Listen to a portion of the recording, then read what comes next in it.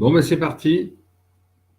Si quelqu'un est déjà, n'hésitez pas à vous connecter ou à manifester, à confirmer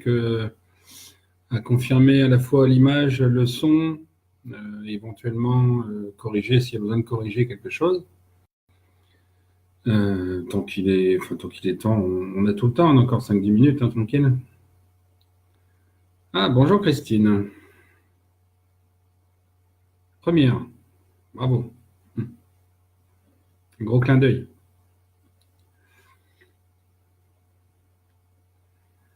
Euh,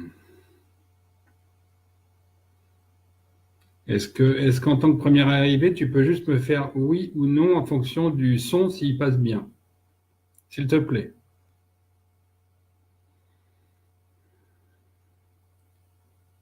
S'il te plaît pas, tant pis. J'attendrai que quelqu'un d'autre le confirme. C'est gentil.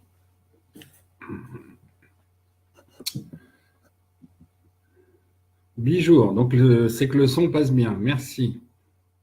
Merci beaucoup.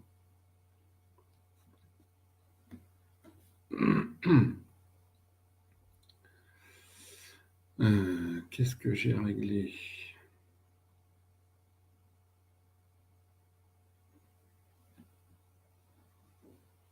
Salut Isabelle.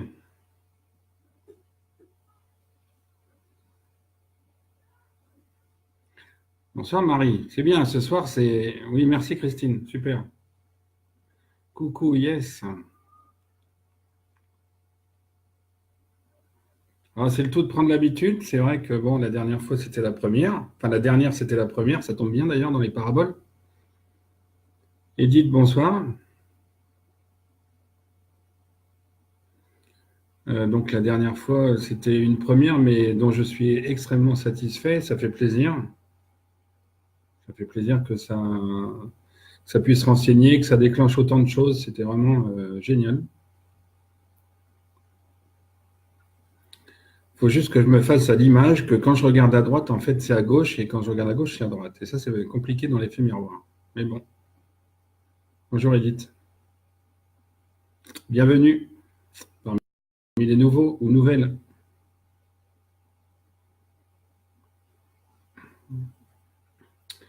Bien évidemment, attendre grosso modo 20h45, qui est un tout petit peu plus de personnes, parce que, bon, comme d'habitude, on a du mal à venir à l'heure. Enfin, il faut le temps de laisser se connecter, hein, de façon à faire le préambule et à revenir un peu sur ce qui s'est passé samedi dernier. Salut Noémie.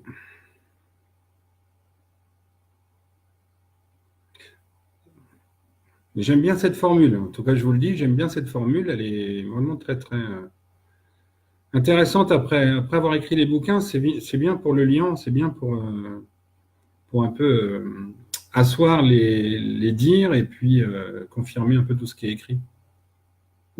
C'est en tout cas le retour que j'en ai.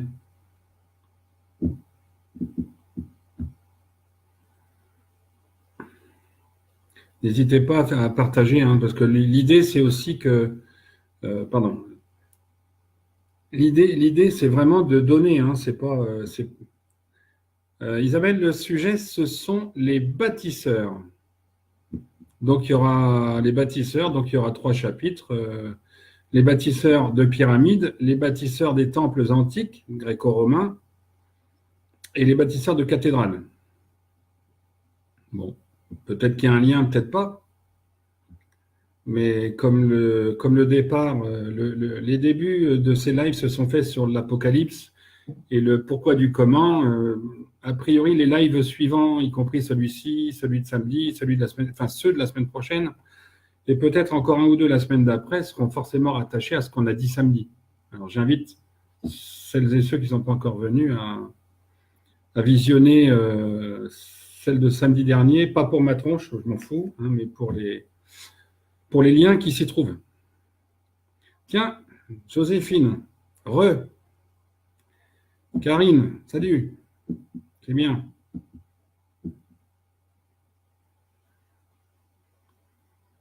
Merci d'être là. Et comme on m'a fait remarquer il n'y a pas longtemps, il y a beaucoup de femmes, n'est-ce pas? Bon, les hommes sont trop orgueilleux. Mais il y en a quand même qui vont arriver normalement.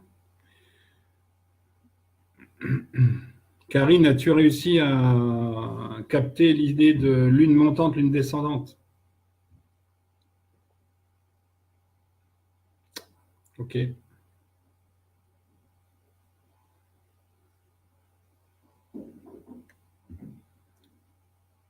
Ok, je comprends.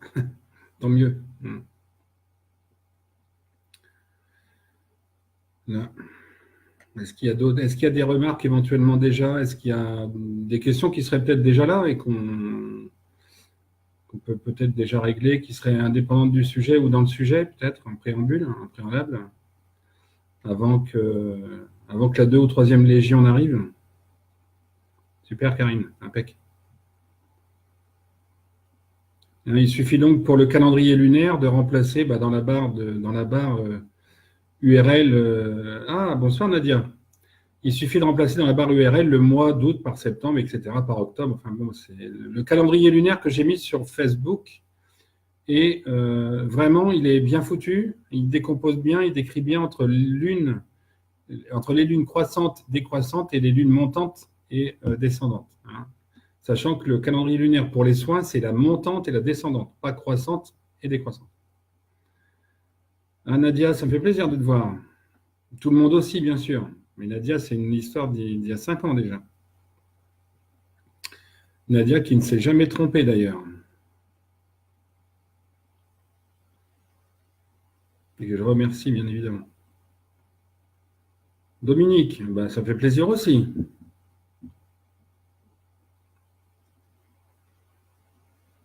Ça fait plaisir de voir de nouvelles têtes. Enfin, nouvelles au sens live Facebook, bien sûr.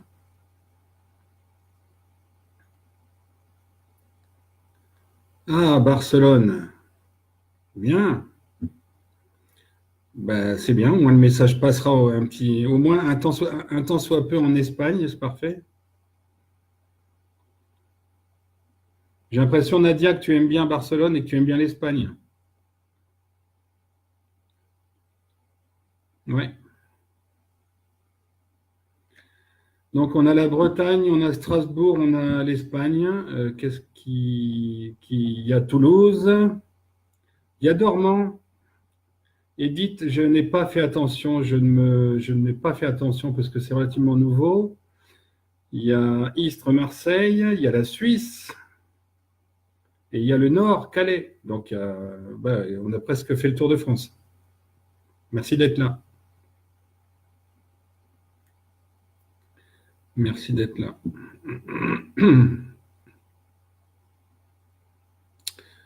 2 petites secondes, je vais lancer des invites à ceux qui auraient éventuellement oublié.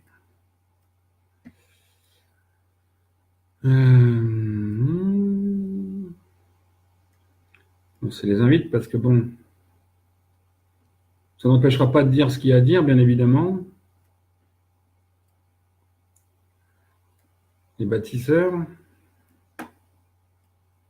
Hop, invitation, tac. Tac. On pourrait inviter du monde. Voilà, tac, voilà, au moins un petit peu plus. Karine. Ah oui, c'est vrai, pas loin d'Arras, effectivement. Excuse-moi, j'ai cru un instant, Karine, que tu étais sur la Bretagne, mais c'est vrai qu'on en a discuté l'autre jour. À propos de ce petit calvaire avec Marie.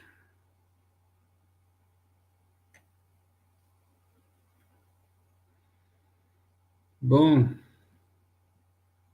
on va commencer doucement. Je regarde mon programme. Hein. Bonjour Caroline.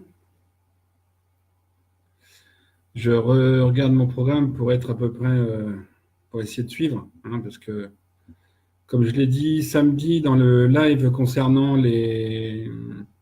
donc l'Apocalypse, comme je l'ai dit samedi, tout est lié. Donc c'est difficile de séparer, avion. Ok. C'est difficile de séparer les sujets puisque je m'aperçois depuis 5 ans et encore plus fort depuis 2-3 ans, 2 ans, on va dire, que tout est vraiment lié, qu'on ne peut rien détacher de aussi bien l'histoire de France que l'histoire de l'humanité, on ne peut pas détacher les faits entre ni la médecine, dont on parlera sûrement la semaine prochaine, ni cette histoire d'eau et d'énergie dont on parlera samedi, ni de la mythologie, enfin, ni des Templiers, ni de Napoléon, enfin, tout est vraiment très lié. Donc, c'était un peu le but du premier concernant l'Apocalypse. Aujourd'hui, on va le rattacher à l'Apocalypse parce qu'il y a des liens assez forts, assez vifs. Donc, pour celles et ceux qui n'auraient pas vu l'Apocalypse, donc je l'ai quand même rattaché à la fois à la mythologie grecque, aux monuments égyptiens, à quoi encore? Aux Romains, forcément, à ce qu'on est en train de vivre aujourd'hui, aux enfants, à ce qui se passe pour les enfants, au harcèlement qui concerne les femmes aujourd'hui. Enfin, aujourd'hui d'ailleurs, il n'y a que des femmes donc, pour l'instant, donc qui vous concerne, qui concerne toutes ces personnes qui un instant, qui pendant un moment ont fait vivre le fameux hashtag balance ton porc. Donc après, il y a donc cet apocalypse qui est rattaché donc aux enfants et à leur misère aujourd'hui, et aussi bien à l'âge d'or, donc l'âge d'or avec les lingots d'or en sous-sol et compagnie. Donc aujourd'hui, le sujet, il y est rattaché forcément, mais je vous laisse comprendre au fur et à mesure des étapes le pourquoi du comment. Donc on commence, et ben on verra bien, les autres se rattacheront, enfin s'agripperont au fur et à mesure. Ils finiront de manger, ils ne feront pas la vaisselle et puis c'est tout. Donc en préambule, ce fameux apocalypse qui nous montre donc vers quoi on va basculer, qui explique pourquoi je fais ça aujourd'hui, malgré j'aurais pu le faire il y a 6 mois, 9 mois, 12 mois à peu près, déjà j'aurais pu commencer. Mais les dernières infos, au fur et à mesure, s'accumulent, complètent celles d'avant et je me laisse porter par les messages que je reçois. Les personnes qui sont plus ou moins médiums ici, salut Christelle, les personnes médiums ou connectées qui ont des infos, qui ont des flashs, des fulgurances, des images, des intuitions, en font partie. Tout ça, c'est un ensemble complet. Comprendront ce que je dis. Ça fait... il y a quelques mois déjà, j'avais envie d'en parler plus. J'essaye d'intervenir au maximum quelque part sur les réseaux sociaux, dont Facebook et maintenant sur, comment ça s'appelle, Discord, où je ferai un live mardi. J'essaie d'intervenir pour expliquer, pour donner ce que j'ai reçu, pour expliquer ce que j'ai reçu, expliquer, à la limite, mettre du lien dans les bouquins qui sont écrits, les 2 bouquins qui sont sortis, le 3e l'année prochaine, après le déménagement. Donc, j'essaye de vous donner ça. Moi, ça ne m'apporte financièrement rien. Le bien-être, oui, parce que ce que je donne, forcément, est remplacé par là-haut, par des frissons, des énergies, enfin, un tas de choses. Et donc, il y a 6-9 mois, grosso modo, on me disait, non, ce n'est pas le moment, il faut rester dans l'ombre. Alors, je fais une parenthèse par rapport aux alerteurs, aux lanceurs d'alerte, comme on dit, aux alerteurs ou lanceurs d'alerte, éveilleurs, qui se disent éveilleurs. C'est pour ça d'ailleurs, là, une autre petite parenthèse dans la parenthèse, que sur Discord, mardi, il y aura un live audio où je pense, recadrer un certain nombre de gens qui se croient éveillés. Ce n'est pas parce qu'on est éveillé qu'on doit casser du sucre sur le dos du peuple, des gens qui, soi-disant, ne voient pas, des gens qui ne réagissent pas. Tout le monde réagit, mais ce n'est pas comment, ni où. Personne n'est guidé et on est de toute façon enfermé dans des cases. Ces cases étant plus petites et de plus en plus petites, pour fédérer, il faut se lever de bonne heure. Ça, c'est un minimum. La plupart de ces pseudo-éveillés, tiens, bonsoir Arnaud, ça fait plaisir. La plupart de ces pseudo-éveillés sont des gens qui se couchent à 2-3 heures du matin. Je suis désolé. Un vrai éveillé, il se lève très tôt, il ne se couche pas très tard. C'est comme ça. Les paillettes du monde nocturne, c'est pas pour un éveillé, c'est pas pour un éveillé. Voilà. Quand on est connecté à 4 heures du mat, 5 heures du mat, dans ces eaux-là, parce que c'est le créneau, c'est le créneau où les énergies sont au maximum, c'est le créneau où il y a le moins d'avions en l'air, c'est le créneau où l'univers a besoin de donner des choses, et quelqu'un qui se couche très tard, même quelqu'un qui se couche à 2 heures du mat, qui a des infos à 4 heures, c'est quelqu'un qui a oublié, qui a négligé son âme. L'âme, elle a besoin de partir pour aller chercher les infos. Il faut lui donner du repos. Donc la nuit, c'est la nuit. Et d'ailleurs, je fais une autre parenthèse encore dans la parenthèse. Là, je m'échappe un peu, on est dans le préambule, ça permet aux personnes d'arriver. Et du coup, je me perds. Bonsoir Christine. Et donc, ouais, voilà, je me suis perdu comme ça arrive de temps en temps. Ces énergies au maximum, le monde paillette, c'est pas le monde où on a des infos. On doit respecter son âme. Hein, donc, si on veut des infos, il vaut mieux anticiper une nuit. Quand on a des demandes à faire, il vaut mieux aller se coucher à 10h30, 11h plutôt que minuit et demi ou 2h du mat et être prêt quand on est appelé. Il y a une parabole en ce sens, une parabole du Christ qui parle de mariage. Les invités à la noce, n'est-ce pas, ou les comment ça s'appelle, les témoins, enfin il y a une parabole qui parle de 5 femmes invitées, 5 prétendantes et 5 autres prétendantes. 5 oublient d'acheter de l'huile pour leur lampe, 5 l'ont, les 5 qui l'ont sont évidemment invités. Les 5 restent à la porte. Donc quand on est appelé, c'est en principe le matin, au moment des énergies les plus fortes. Ces énergies, on ne peut pas les capter quand on n'a pas respecté son âme. Et ça, on y reviendra au niveau des âmes dans un autre live qui sera bien évidemment rattaché entre Nibiru, là où sont programmées les âmes, etc. Donc tout ça pour dire, l'Apocalypse regroupe éminemment de choses, plein de choses. Donc on va voir ça par contre au niveau des bâtisseurs, pourquoi, comment. Voilà pour le préambule. J'espère que je n'ai pas été trop confus parce que j'ai l'impression de m'être perdu un petit peu. Alors, dans l'Apocalypse, on a vu aussi, j'ai parlé un petit peu des pyramides, un peu du Sphinx aussi de mémoire, un petit peu de cette mythologie grecque, enfin gréco-romaine puisqu'ils ont fonctionné ensemble. Et je n'ai pas encore parlé dans cette série-là, et donc on va parler en préambule pour que vous compreniez la suite, du mythe de Sisyphe. Alors là encore, c'est quelque chose que j'ai partagé sur Facebook, dans un groupe ou dans un autre. Bonsoir Marcel Le. Donc j'ai partagé dans un groupe ou un autre le mythe de Sisyphe. Alors évidemment, j'ai eu une réponse intéressante. Je ne critique pas Serge qui me l'a donné, loin de là. C'était une réponse relativement classique de l'interprétation des symboles. Le mythe de Sisyphe, c'est donc une personne qui supporte une boule sur le dos, et qui est censée monter, et arriver au sommet, la disposer en espérant qu'elle tienne. Et malheureusement pour lui, Sisyphe, il arrive à monter la pierre, mais elle redescend aussitôt. Et ça a déclenché beaucoup de choses dans mon étude et dans mes recherches. Bonsoir Laurence. Ça a déclenché beaucoup de choses parce que je me suis dit, comment est-ce que quand on amène une pierre, indépendamment du fait qu'elle puisse être lourde, admettons, bonsoir Rémi, indépendamment du fait qu'elle puisse être lourde et que ce soit éventuellement inconcevable, je suis parti du fait que ça existe. Mais comment? Il monte la pierre, il arrive au sommet, elle roule à nouveau, elle redescend aussitôt.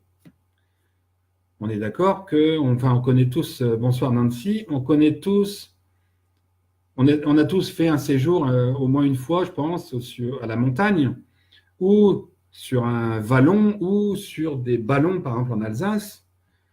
Et sur n'importe quelle montagne, j'ai envie de dire, il y a bien un endroit où on peut caler une boule, même une boule parfaite. On met 3-4 cailloux, machin, on peut y arriver. Mais quand j'ai réfléchi à ça, et j'ai posé la question à 2-3 personnes récemment pour voir ce qu'ils en pensaient, le réflexe a tout de suite été de dire, le seul endroit où on monte la boule et où elle ne peut pas rester, c'est la pyramide. Sommet pointu, on met la boule, d'office, forcément, elle tombe. La réponse intéressante de Serge par rapport au côté ou maçon, par rapport à l'interprétation des symboles ou autres, effectivement, ça peut être la lune, le soleil qu'on monte, qui redescend, qui fait le lever, le coucher de soleil, évidemment. On peut. Moi, je suis resté sur cette idée que c'était la pyramide. Surtout, ça voulait dire que c'était une pyramide. Donc, Sisyphe, pyramide. Sisyphe, c'est un grec, pyramide, c'est en Égypte. Kesako. Et dans les recherches supplémentaires ces dernières années, j'ai été amené à me poser la question d'où venaient les pyramides. Donc, on viendra au chapitre 2 dans la foulée. et à chercher pourquoi elles étaient là, comment, malgré qu'il y ait, bonsoir Laurence bis, si on peut dire, pourquoi elles étaient là. Alors, même si la réponse est apparente dans un des documents de Grimaud, enfin Jacques Grimaud, si je me souviens bien, avec la ceinture d'Orion, on est tous d'accord, projection, 4 sur pi, la distance et tout, quelque chose de volontaire, de voulu. Des pyramides, on est d'accord, il y en a ailleurs. Je vais fonder mon raisonnement sur celles de Gizeh qui sont connues et dont on ne sait toujours pas expliquer comment elles ont été faites. Alors, je vais vous donner un bout de réponse qui est le mien, enfin qui est la mienne, pardon, et mais qui conforte, enfin qui s'appuie sur un vécu aussi au niveau de travaux, au niveau de mes métiers, de mes différentes activités, qui vont permettre d'asseoir ça. Donc, la pyramide de Gizeh, je me suis aperçu qu'il y avait un lien aussi avec Hercule et le Minotaure. Mais je vais vous en parler en passant maintenant au chapitre premier, donc, enfin chapitre 2 si on veut, pyramide, premier étant le préambule. Donc, le chapitre premier, les pyramides, bon, je parle de celle d'Égypte, mais celle de Bosnie, par exemple, celle de Teotihuacan, qui sont des pyramides bâties, enfin construites de la même façon, probablement à la même époque, et même si ce n'est pas à la même époque, peu importe. À d'autres en Chine qui sont impossibles à visiter, d'autres qui sont a priori dans une mer à côté du Portugal, il y en aurait une. Après, il faut se méfier des fakes, bien évidemment, mais il y en a de toute façon un certain nombre partout dans le monde et dans tous les continents. Mais dans tous les continents, là encore, la pyramide, ce sont 4 pierres angulaires, c'est un sommet, et il y a fort à parier qu'il y ait 4 endroits majeurs dans le monde qui représentent une pyramide, elle aussi majeure. Salut Cindy. Voilà, donc je reste sur celle de Gizeh parce qu'elle elle recèle de trésors bien plus, des trésors de l'humanité, mais qui sont les mêmes qu'ailleurs, mais amplifiés. Amplifiés parce qu'elle est là, ce complexe est là en tant qu'horloge universelle, ce qu'on a dit pour l'Apocalypse, si je me souviens bien. L'horloge universelle avec ses constellations et compagnie. Alors pourquoi Gizeh? Donc il y a ce rapport, grâce à Jacques Grimaud, entre autres, ce rapport avec la ceinture d'Orion, qui était au niveau de l'horizon le plus bas. Au plus bas, il y a environ 10-11 000 ans. Ce qui confirme là encore l'Apocalypse, 12 000 ans, à 500 ans près, sachant qu'on ne peut pas forcément dater précisément à 100, 200, 500 ans près, ce genre d'affirmation au niveau céleste, au niveau configuration planétaire. En tout cas, ça, on va dire au pire à 500 ans près, ça colle. Et donc, ces pyramides, projection d'Orion, ça veut dire que avant que la construction des pyramides ne débute, il y a une projection d'Orion et il y a quelque chose sur Terre qui justifie qu'après, il y ait des pyramides, puisqu'elles sont faites il y a 4000, 4500 ans, si je me souviens bien, ou même 5000 ans. Et là encore, on n'est pas 500 ans près, sachant que Orion est au plus bas il y a 10 000 ans. Et les pyramides, c'est il y a 5000 ou 4000, 4500. Qu'est-ce qu'il peut y avoir sur place 5000 ans avant pour justifier une construction de pyramide? Sachant que la pyramide, il y a aussi du Sisyphe, donc du grec. Donc c'est vrai qu'on peut se perdre là-dedans, mais les réponses que j'ai eues, compte tenu que tout est lié, et je vous invite à parcourir, parcourir, même si ça dure 2 heures, hein, pour celles et ceux qui ne l'ont pas vu, le document sur l'Apocalypse, où j'évoque le Sphinx, qui a été construit à partir de moins 7425, en l'hommage au premier roi Salomon, fils de la reine de Saba, et du premier chef gaélique, qui venait de Stonehenge, qui est passé par Karnak, Locmariaker, et qui a implanté des vestiges, bonsoir Kenza, des vestiges un peu partout du celtisme et du gaélisme surtout, même encore avant. Eux, ils sont donc rencontrés à cet endroit-là, mais pourquoi? C'était là la question, pourquoi? Et le pourquoi, bonsoir Kenza, le pourquoi, donc, ça veut dire que les pyramides aujourd'hui n'existaient pas à ce moment-là. Le Sphinx a commencé à se construire. Pourquoi ils se sont rencontrés à cet endroit-là? Je vous invite à parcourir, la vie un petit peu de la reine de Saba et de ce trésor et de ce de cette denrée rare qu'on appelle lapis lazuli, qu'elle a toujours eu en quantité extraordinaire, qui était peut-être présente dans son pays en Mésopotamie, certes. Le chef gaélique, je ne dis pas le roi, je ne sais pas si c'est un roi ou un autre titre, un empereur, je ne sais pas quoi, en tout cas je dirais le chef gaélique de l'époque, lui, avait descendant de Stonehenge, de l'étain, du cuivre, tous ces matériaux nobles qui sont aujourd'hui, et je refais une autre parenthèse, qui sont utiles aujourd'hui dans les soins par rapport au ciel astral, et bon, il y a un certain nombre d'entre vous qui m'avaient déjà entendu parler de ça.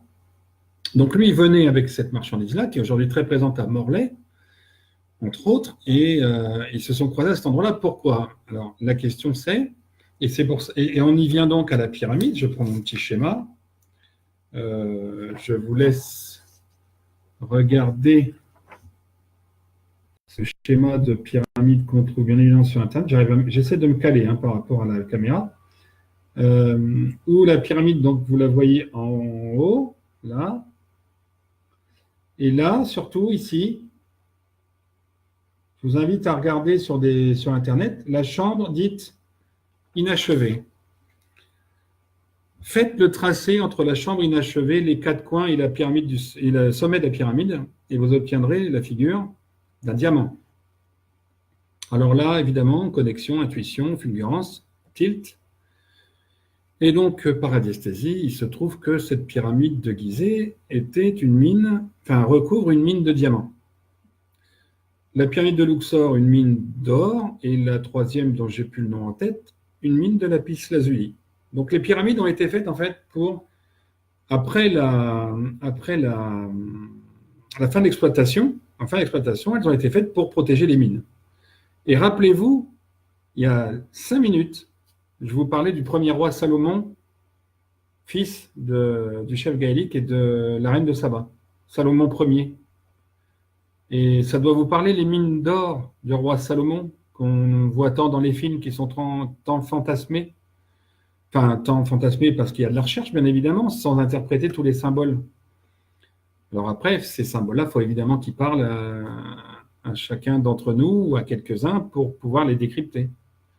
On a donc des pyramides qui sont faites sur des mines, et ces mines existaient donc depuis belle lurette, ce qui explique Orion et la projection.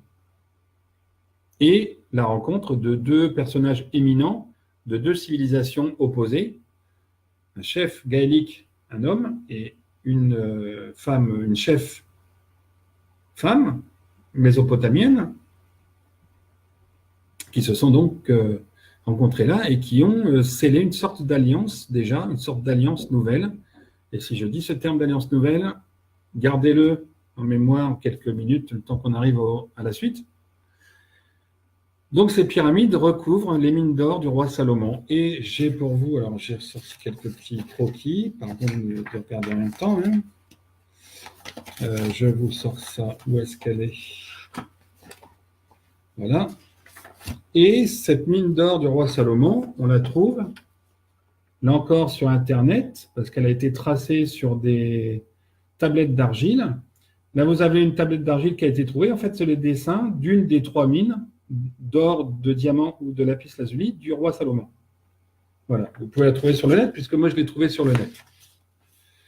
OK, alors maintenant, ça, c'est pour préciser pourquoi, comment elles sont arrivées là, pourquoi surtout et où elles sont arrivées. Et maintenant, je vais vous donner mon idée de comment elles ont été faites. Donc, je vous ai montré la chambre dite inachevée, qui est bien sûr, avec ce nom-là, c'est comme quand on dit Jeanne d'Arc a été brûlée, on ne va pas aller chercher son corps. Mais quand on dit chambre inachevée, on suppose qu'elle est inachevée, donc il n'y a rien à chercher. C'est malin. C'est très fin. Mais en fait, non. Bref, de cette chambre vers l'extérieur, il y a une pente de 26 degrés, qui permet de remonter à la surface. Et la pente qui permet d'aller de la surface à la chambre dite du roi est également à 26 degrés. Ça m'a un peu interpellé. La troisième qui a été découverte aujourd'hui grâce à la muoscopie, expérience franco-japonaise, franco-égypto-japonaise, a priori, elle est aussi à 26 degrés. Alors, il semblerait que 26 degrés, bon, voilà, c'est la pente admissible qui a été reprise pour monter les pierres par cette rampe. Et la hauteur de cette galerie s'explique par la hauteur de palan nécessaire pour hisser les pierres sur la plateforme au moment où on atteint la chambre du roi. Avant la chambre du roi, vous avez une plateforme qui est constituée, on monte des blocs de granit qui font entre 13 et 17 tonnes. Alors pour info, pour ceux qui croient que la pyramide est pleine, parce qu'on dit, enfin parce que les scientifiques, nos chers scientifiques, et notamment les Égyptiens, disent qu'elle est pleine, il y a 2 300 000 pierres, mais ne nous expliquent toujours pas comment c'est fait. Et vous verrez que sur les temples antiques et les cathédrales, c'est le même raisonnement. On ne nous explique toujours pas. On fait des vidéos, mais dans ces vidéos, on ne va pas jusqu'au bout. C'est-à-dire qu'on vous montre la construction une fois qu'elle est déjà arrivée à un certain niveau. Mais il faut aller au début. Comment on a mis les premières pierres, de où on est parti, comment. Alors, pour la pyramide, comme pour beaucoup d'autres choses, la pyramide, on est parti du centre.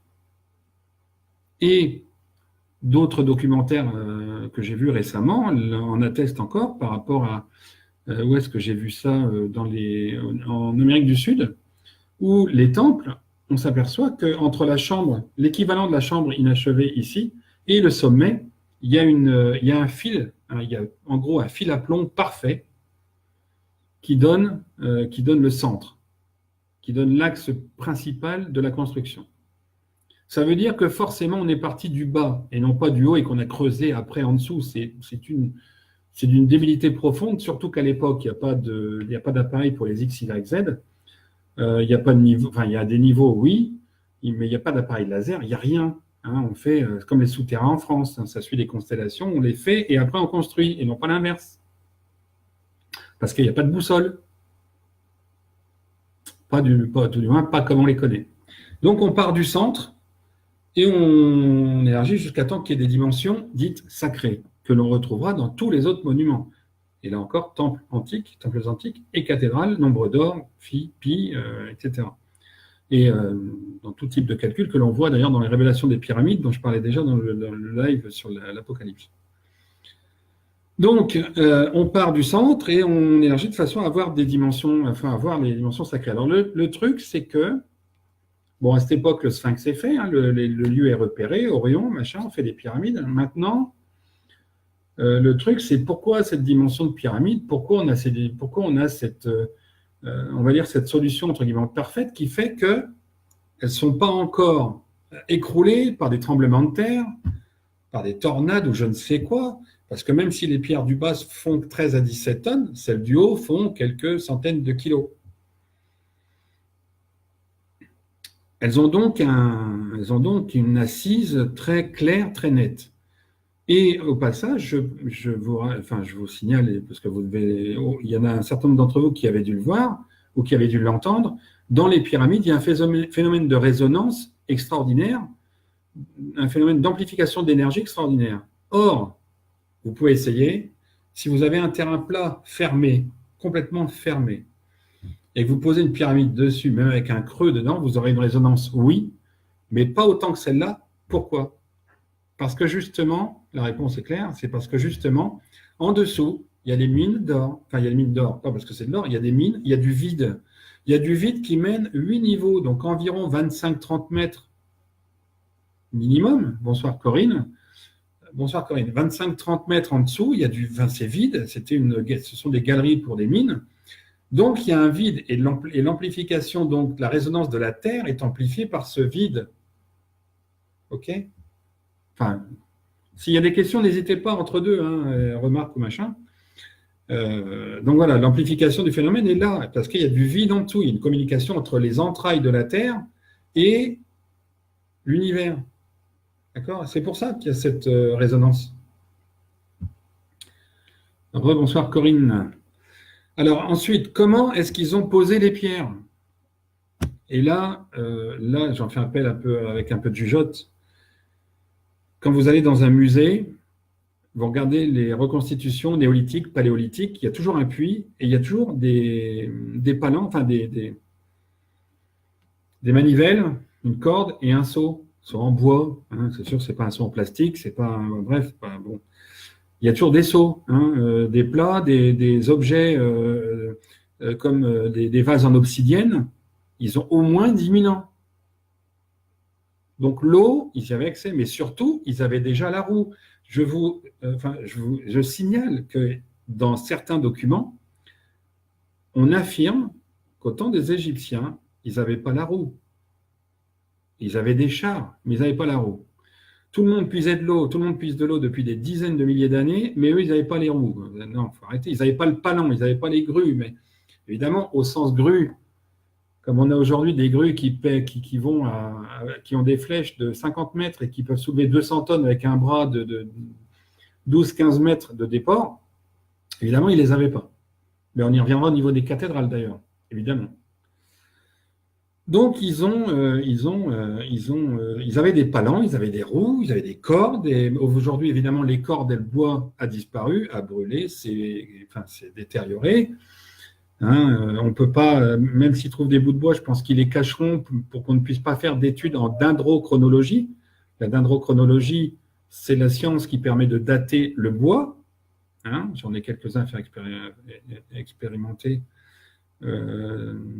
pour un endroit en particulier. Donc, ils avaient forcément des palans, des grues, enfin, ils avaient de quoi tirer. Je viens donc sur la pyramide, la chambre du roi, la chambre de la reine et bonsoir, Vyacheslav, ou Yakovlev, pardon, non, c'est Vyacheslav, je pense le prénom. La chambre du roi, la chambre de la reine, et la troisième qu'ils vont probablement trouver avec la myoscopie, n'ont pas de dessin à l'intérieur. Je crois que Marie est là, Marie Bermudez, je crois qu'elle est là, elle pourrait le confirmer, parce qu'elle connaît bien l'Égypte. Il n'y a pas de dessin, il n'y a pas d'hommage à quelque roi que ce soit. Il y a juste des coffres, il faut dire des coffres, hein, parce que sépulture, c'est pas la bonne taille. Il y a des coffres, il y a des chambres soi-disant funéraires qui ne le sont pas, faut arrêter de prendre des gens pour des cons. Simplement, imaginez, je peux vous montrer d'ailleurs, je vais essayer peut-être d'accélérer si vous voulez vous coucher de bonne heure, parce qu'il y a encore le reste. Alors, je vous montre, et ça je peux le transmettre, enfin je l'ai déjà mis sur Facebook, hein. Ça c'est l'étape préliminaire, donc l'assise qui est faite pour pouvoir poser après. Je passe relativement vite, n'en voulez pas, je peux les retransmettre à qui en a besoin. Ensuite, j'essaie de me régler par la caméra. Ensuite, on monte les pierres suivant la rampe qui est là, jusqu'à la plateforme, qui est là, qui finira par être la chambre du roi, une fois qu'on aura continué de monter derrière les blocs. D'accord ? Ensuite, on continue de monter jusqu'à la plateforme 2 qui représente la chambre de la reine. Et une fois la chambre de la reine et le plateau atteint, on continue de construire autour. Ensuite, est-ce que c'est bon? Une fois qu'on a couvert la chambre du roi et qu'on commence à arriver à la chambre de la reine, on monte un petit peu plus haut, on prolonge la rampe de 26 degrés pour faire une deuxième plateforme de chantier. Ça s'appelle des plateformes de chantier, hein, pas des chambres du roi ou de la reine. Salut Zabou. Et enfin, voilà, là vous imaginez ici des palans. Pour celles et ceux qui ne savent pas ce que c'est qu'un palan, imaginez ce que c'est qu'une balançoire. Personne âgée, Zabou, il y a des lunettes ou des lentilles. Mais ces plans-là, ils existent sur Facebook dans l'association de l'Esprit Templier, parce que tout ce que je vous dis là est déjà ici et là publié. Et en fait, la vidéo, elle sert juste à faire le lien. Hein, mais je peux les rediffuser à l'envie, bien évidemment. Je le ferai sûrement demain ou ce week-end, puisqu'il y a un autre live samedi sur autre chose. Donc, vous avez vu à peu près, les rampes sont faites pour hisser les pierres constituées autour. Ensuite, on change de rampe pour pouvoir couvrir la première. On monte, ensuite on couvre la deuxième et on refait la troisième. Et la troisième, ensuite, il n'y a plus qu'à ressortir par le pyramidion fameux pyramidion dont on a parlé pour l'Apocalypse, à chaque fois que je la fais, et en parlant par exemple de Macron et le satanisme et compagnie. Mais ça, je ferme vite la parenthèse, sinon on va déborder. Donc voilà, vous avez la pyramide, en fait, c'est un monument qui a été fait pour couvrir les labyrinthes et donc les mines, qui a un phénomène de résonance parce qu'il est en communication avec le dessous, et elles sont faites évidemment elles correspondent à la projection d'Orion parce que les mines étaient déjà là avant. Hein. Les pyramides, elles sont là. Alors, pour quelque part faire un mot sur toutes les autres pyramides ailleurs, que je n'ai pas encore étudiées, hein, parce que voilà, ça se précipite un peu depuis samedi, et puis l'info. Les autres pyramides comme Bosnie et compagnie, on peut légitimement penser qu'en dessous, il y avait aussi des mines, bien évidemment. Et ça, là aussi, le lien existe avec les pyramides, avec l'Apocalypse, pardon, dans la mesure où l'Apocalypse, c'est aussi le moment, par le feu ou par l'eau, hein, l'un ou l'autre, voire les deux, c'est le moment où la Terre récupère ses billes. Alors, elle a donné de l'or, elle a donné du titane, elle a donné du cuivre, elle a donné du plomb, machin. Avec la chaleur et avec l'eau, 12 000 ans plus tard, elle récupère ses billes pour d'autres mines ailleurs. Elle les véhicule, elle les enfouit et ça repart. Tout est histoire de recommencement. Et c'est pour ça qu'il y a un lien très fort avec l'Apocalypse. C'est pour ça que les pyramides cachent les mines qui sont probablement en fin d'exploitation, où il n'y a plus forcément beaucoup de choses, mais où il serait intéressant de descendre pour confirmer. Hein, je ne dis pas que c'est vrai, je dis juste que tout s'explique facilement, plus facilement avec ça, que tout est cohérent. Donc, si vous voyez le truc, c'est... alors maintenant, construction pure, plateforme, la plateforme, les premières pierres arrivent. Bon, évidemment, vous avez vu ou pu voir des documentaires où on parle d'un canal, d'un bateau, où on peut amener les gros blocs et compagnie. Là-dessus, il n'y a pas de souci. Pour faire de l'intérieur vers l'extérieur, même si c'était implanté de l'extérieur, l'amener des pierres se fait par des palans avec des roues, comme les Romains l'ont fait pour leur temple, comme on l'a fait pour les cathédrales. Imaginez une balançoire, hein, un portique balançoire, avec, au lieu d'avoir des poteaux ancrés dans le sol, dans un bloc de béton, vous avez des roues au pied. Ça s'appelle un palan. Voilà, c'est presque un pont roulant. Et même si 17 tonnes, c'est lourd, ben, il suffit de mettre 2, 4, 6 choses de ce type-là pour amener la pierre sur place sans avoir à mettre moult rondins de bois, même s'il y a du palmier, même s'il y a tout ça, c'est n'importe quoi. Enfin, pardon, c'est mon avis, je le partage. Après, vous regardez par rapport à ce qui est dit, hein, parce qu'il vous appartient après de faire un peu votre recherche ou d'y réfléchir, voir si c'est cohérent ou pas.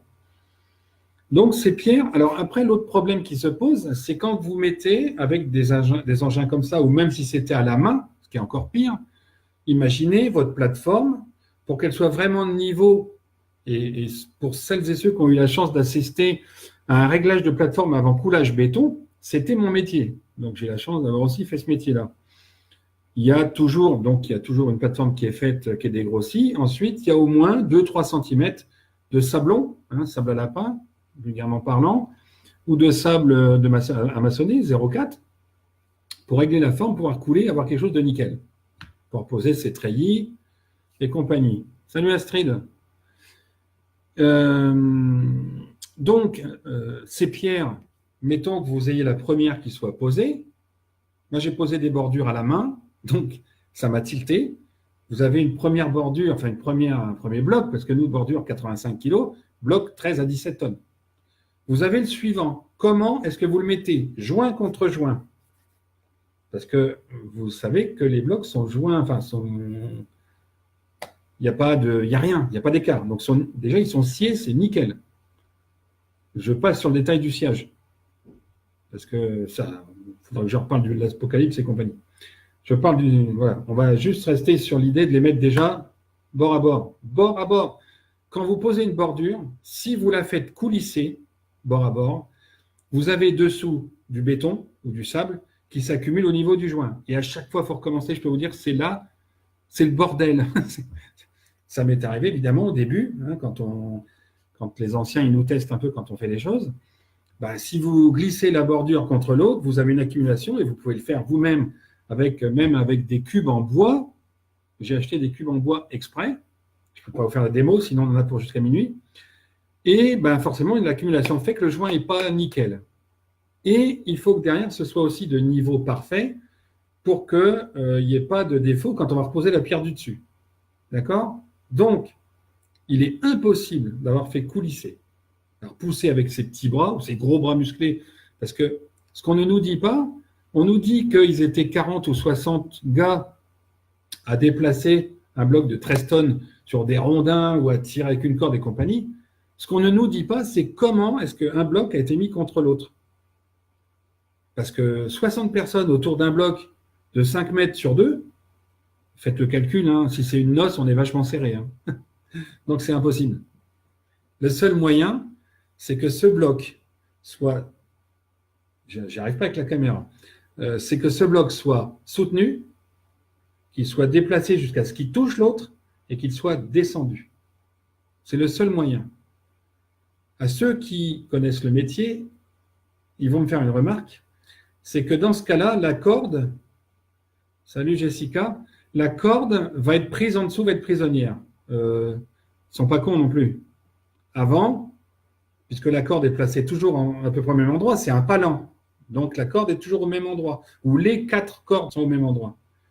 Donc ils savent que quand ils vont déplacer le bloc, ça va tomber à tel ou tel endroit. Donc on fait une saignée, une rainure, pour que la corde ne soit évidemment pas bloquée. Et là, on peut ajuster, on peut relever, on peut descendre, on peut relever, on peut rebouger un petit peu et régler son fond de forme. C'est le seul moyen.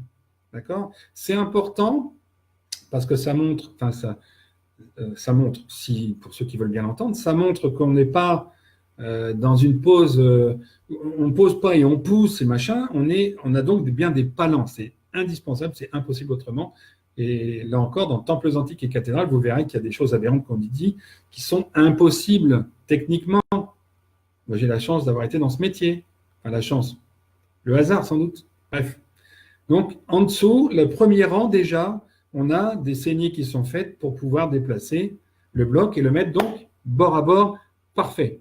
Le sciage étant parfait, je n'y reviens pas, ce serait trop long. Le sciage étant parfait, on peut donc les coller bord à bord et les descendre à l'aplomb. À l'aplomb parfait. Alors après, il faudrait imaginer l'outil parfait, le palan, comment il était fait. Mais bon, imaginez le portique de balançoire, des réglages avec des roues crantées ou ce qu'on veut, mais qui est relativement simple à imaginer. On pourrait les reconstituer, il suffit juste de réfléchir un peu.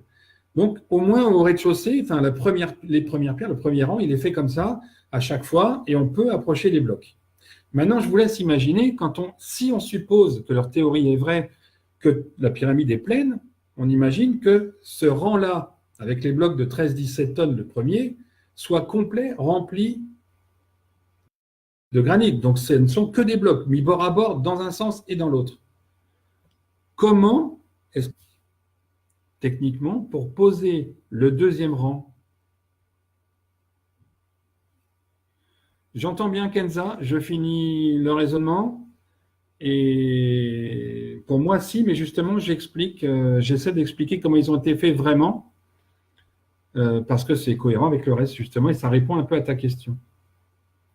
Donc, le premier rang est plein, à supposer, hein, pour les historiens aujourd'hui, enfin archéologues, historiens, surtout l'Égypte, parce qu'il y a quand même quelqu'un aujourd'hui qui monopolise le savoir en Égypte et qui interdit toutes choses différentes. À part la myoscopie, ça a été très long, ça a pris 3 ans avant qu'ils disent oui.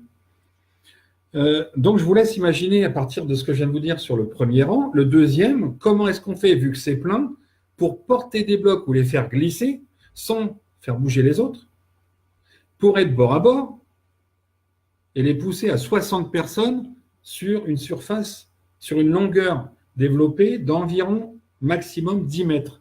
Un bonhomme tous les 60 cm pour déplacer 11 tonnes. Mettons que le bloc d'après soit 11 tonnes et puis 13, hein, beaucoup moins, même s'il est probablement entre 13 et 15 déjà en après. Comment est-ce qu'on fait pour bouger Et là encore, prenez une calculatrice, ça représente tant de tonnes au mètre carré. Enfin bref, moi je ne fais pas le calcul parce que je sais que c'est impossible. Hein. Enfin, je sais, d'un point de vue mathématique, calcul mental vite fait, c'est impossible. De bouger 800 kilos tout seul, c'est impossible. D'accord? Donc, il y a nécessairement la même méthode. Sachant que récemment, un village a été découvert montrant que c'était des équipes organisées, des équipes de 4, comme en pose de bordure aujourd'hui en mode manuel. Palan, quelqu'un qui guide la pose, quelqu'un qui guide la pose, quelqu'un qui fait déplacer avec un palan. Moi, j'ai eu des infos comme quoi il y avait 24 palans au début, 12 au milieu et 6 à la fin. Des équipes, il y en avait, je ne vais pas prendre le temps de relire mais les notes que j'avais faites, parce que j'ai fait une vidéo là-dessus, mais qui n'est pas passée en matière de mémoire, qui explique, hein, j'ai tout un laïus, j'ai 5 pages, là, si ceux qui sont intéressés, je les donne volontiers, je les partage volontiers. Et donc, il faut nécessairement qu'entre les pierres du premier rang, il y ait des espaces où on puisse enlever les cordes qui soutiennent la pierre qui va être posée. Donc, vous avez des vides. Il n'y a pas 2 300 000 pierres dans cette pyramide. Il y en a 1 150 000. C'est bourré de vides. Et ces vides servaient à la fois à enlever les cordes et comment est-ce qu'on fait glisser les pierres, les granites? On a un bloc de granit de 13 tonnes qui coulisse sur des blocs de granit de 17 tonnes. Comment est-ce qu'on le fait coulisser? Est-ce que vous avez une idée? Je ne me moque pas, hein, c'est parce que je suis fier de mes découvertes. Salut Fab. Je suis fier de ça. Maintenant, on n'y croit pas, hein, chacun fera ce qu'il veut. Comment est-ce qu'on fait coulisser un bloc de granit immense sur un autre bloc de granit, sans dommage et pour que ce soit parfait? Et la réponse, là encore, est simple. On est en Égypte.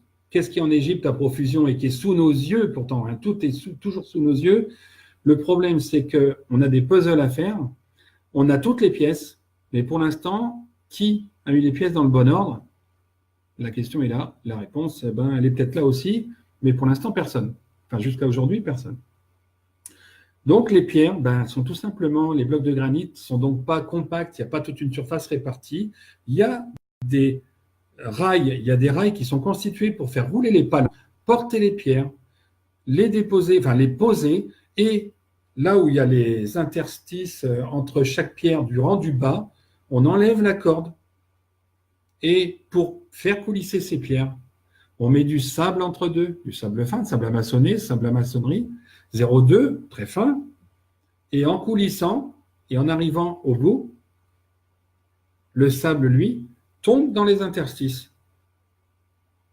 Et là, la pierre est posée.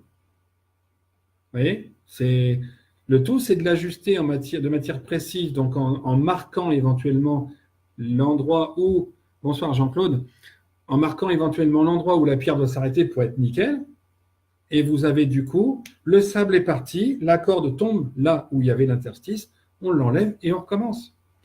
Et bis repetita, ter repetita, quater repetita, à chaque rang, vous avez des interstices pour pouvoir enlever les cordes et faire tomber le sable pour qu'il ne gêne plus. C'est pas con quand même. Enfin, je sais pas si ça vous plaît ou pas comme idée. C'est bien les pouces bleus, mais c'est pas con comme idée. C'est impossible que ce soit plein. Mais ces gens-là, ils ne sont jamais posés de bordure. Jamais.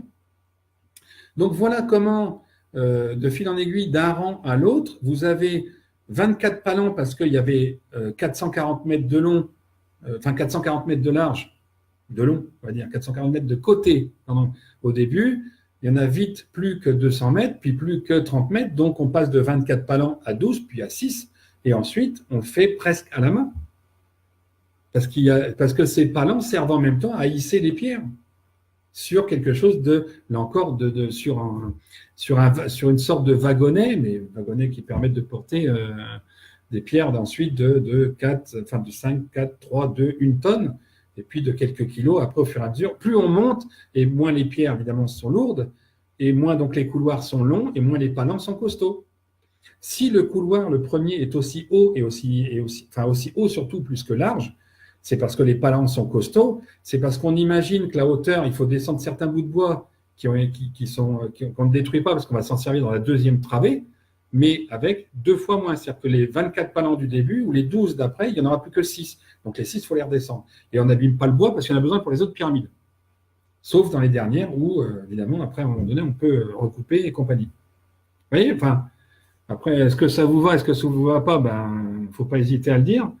En tout cas, en tous les cas, ça explique à la fois le quand, donc pour répondre à Kenza un peu plus, le quand, si pour moi elles sont bien faites à ce moment-là, à 500 ans près, hein, le Sphinx, lui, par contre, en moins 7425, la première pierre, en l'honneur du fils de la reine de Saba et du chef gaélique, qui ont un enfant. Alors, le chef gaélique meurt en moins 7425, hein, c'est pour ça que le Sphinx commence à être érigé. C'est en son hommage à lui, mais aussi en son fils, en leur fils.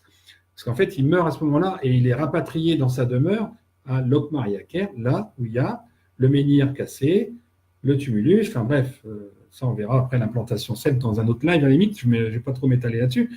Mais du coup, ça explique, pour ceux qui connaissent un peu l'Égypte et ce qui est dit par rapport à toutes ces statuettes, tous ces visages de Khéops.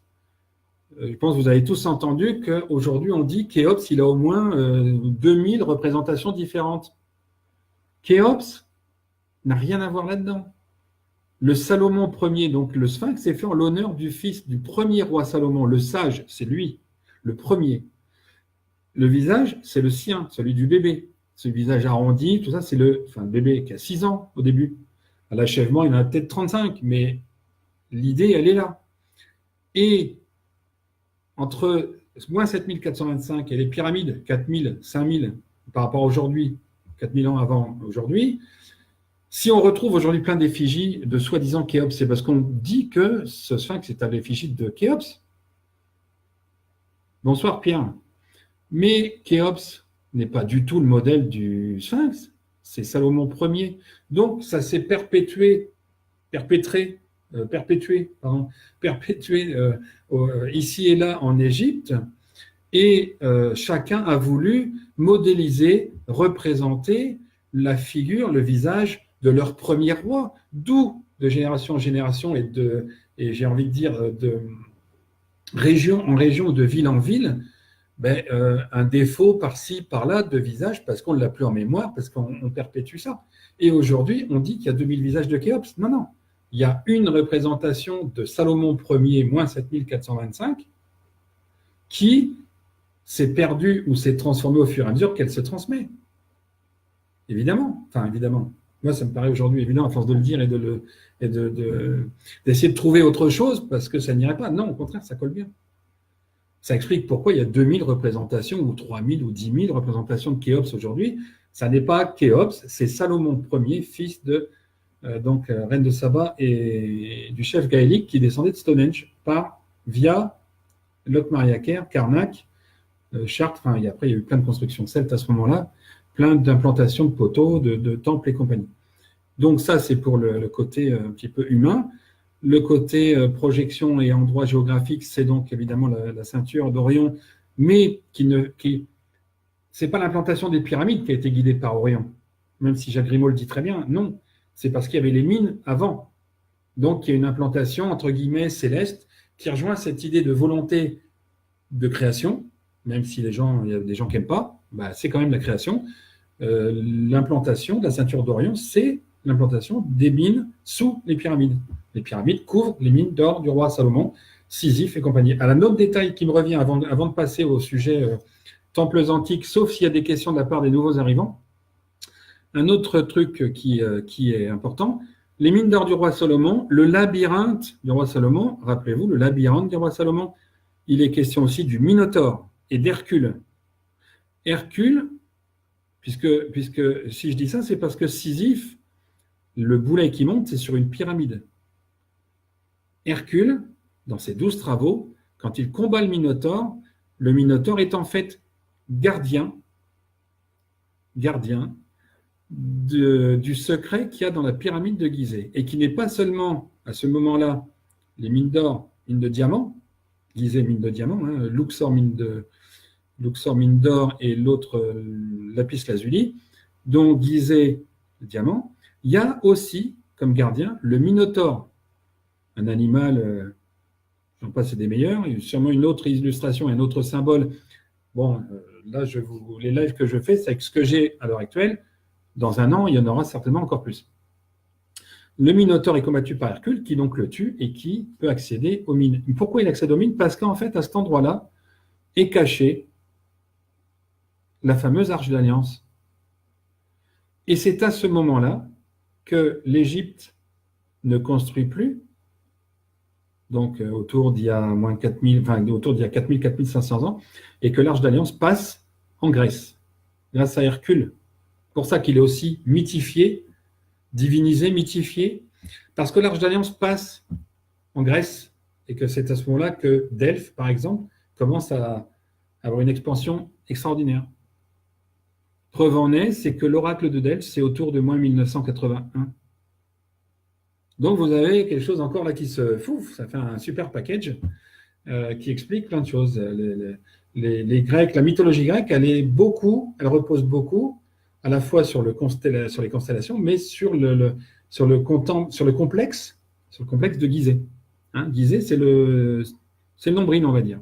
C'est l'horloge universelle. De toute façon, c'est ce qu'on a dit pendant le live de l'Apocalypse. C'est l'horloge universelle, le plexus, machin. J'ai transmis un document aujourd'hui sur le net, sur Facebook, avec la croix et le personnage de Léonard de Vinci.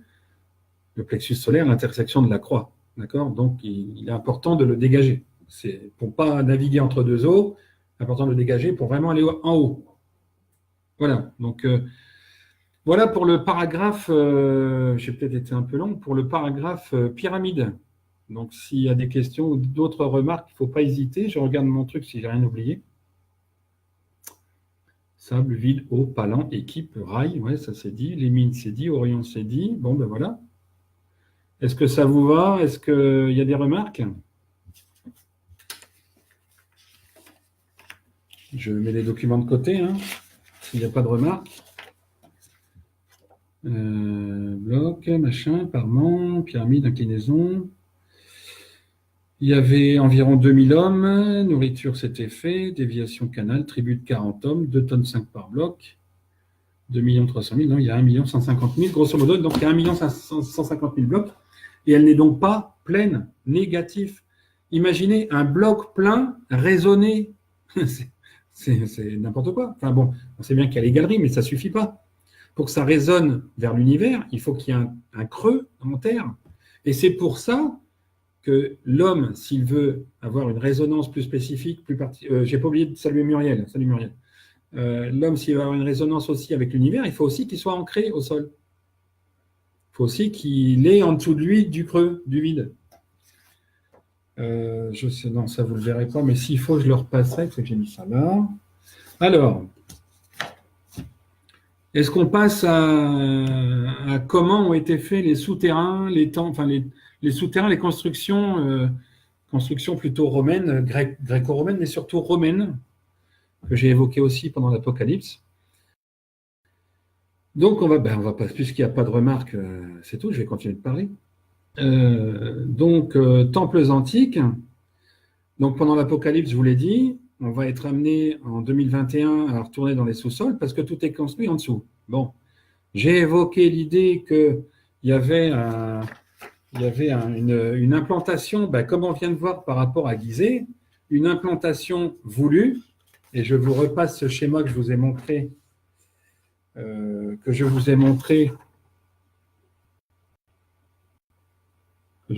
donc samedi. Voilà, vous avez 8 constellations. Vous les voyez, machin. Bon, là encore, ceux qui veulent, je leur transmets. Il y a 8 constellations majeures. Les villages sont implantés avec ça, avec une certaine échelle. C'est un truc de fou.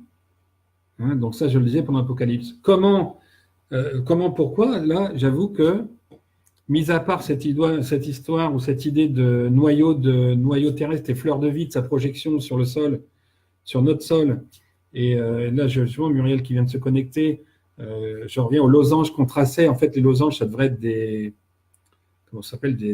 ellipses, en fait, des ellipses pointues, enfin, des yeux, quoi. Donc, il y a quand même quelque chose qui, globalement, qui se tient. Donc, les Romains, eux, en fait, ils sont arrivés pour construire là où il y avait déjà des Celtes. Donc, l'implantation sous les formes de constellations ne date pas des Romains. J'aurais préféré le croire à un moment donné, comme ça m'expliquait tout, il n'y avait plus besoin de chercher, mais finalement, on veut que je cherche encore, donc je cherche encore. Et l'implantation, comme on voit pour la pyramide, enfin pour les pyramides et la ceinture d'Orion, là, ce sont 8 autres constellations. Il y a fort à parier que dans d'autres coins du monde ou pour d'autres sujets, il y ait d'autres constellations qui servent. C'est pour ça que les étoiles sont là, elles ne sont pas là pour rien. Donc, les Romains savaient où aller.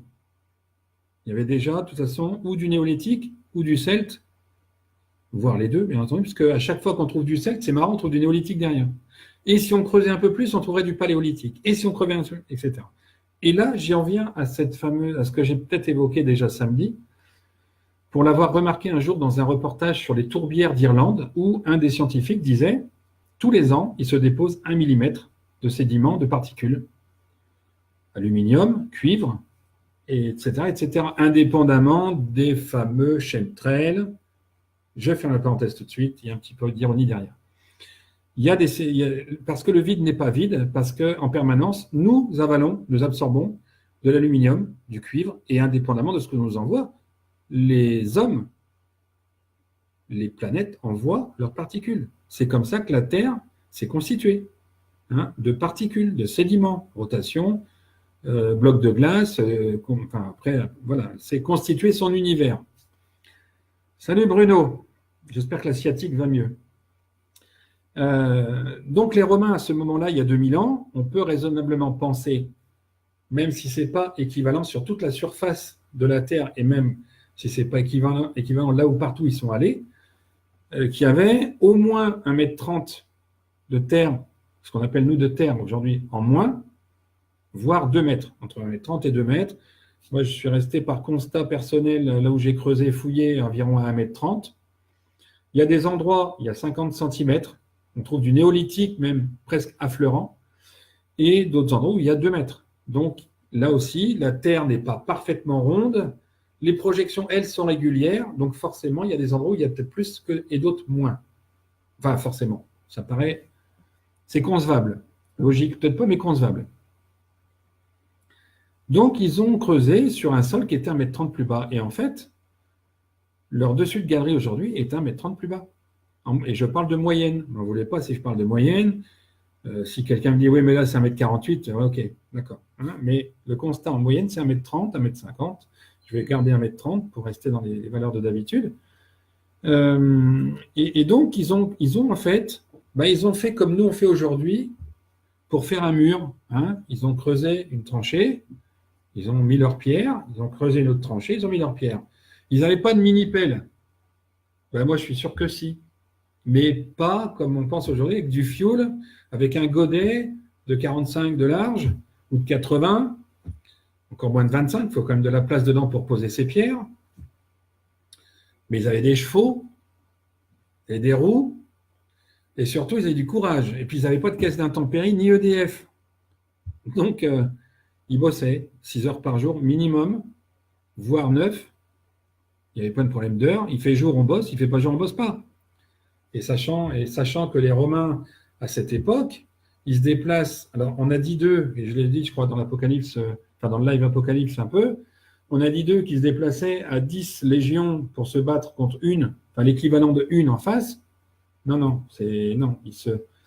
Parce qu'on dit d'eux, c'est écrit, nos historiens et archéologues le disent, qu'ils construisaient un fort ou un fort tous les soirs.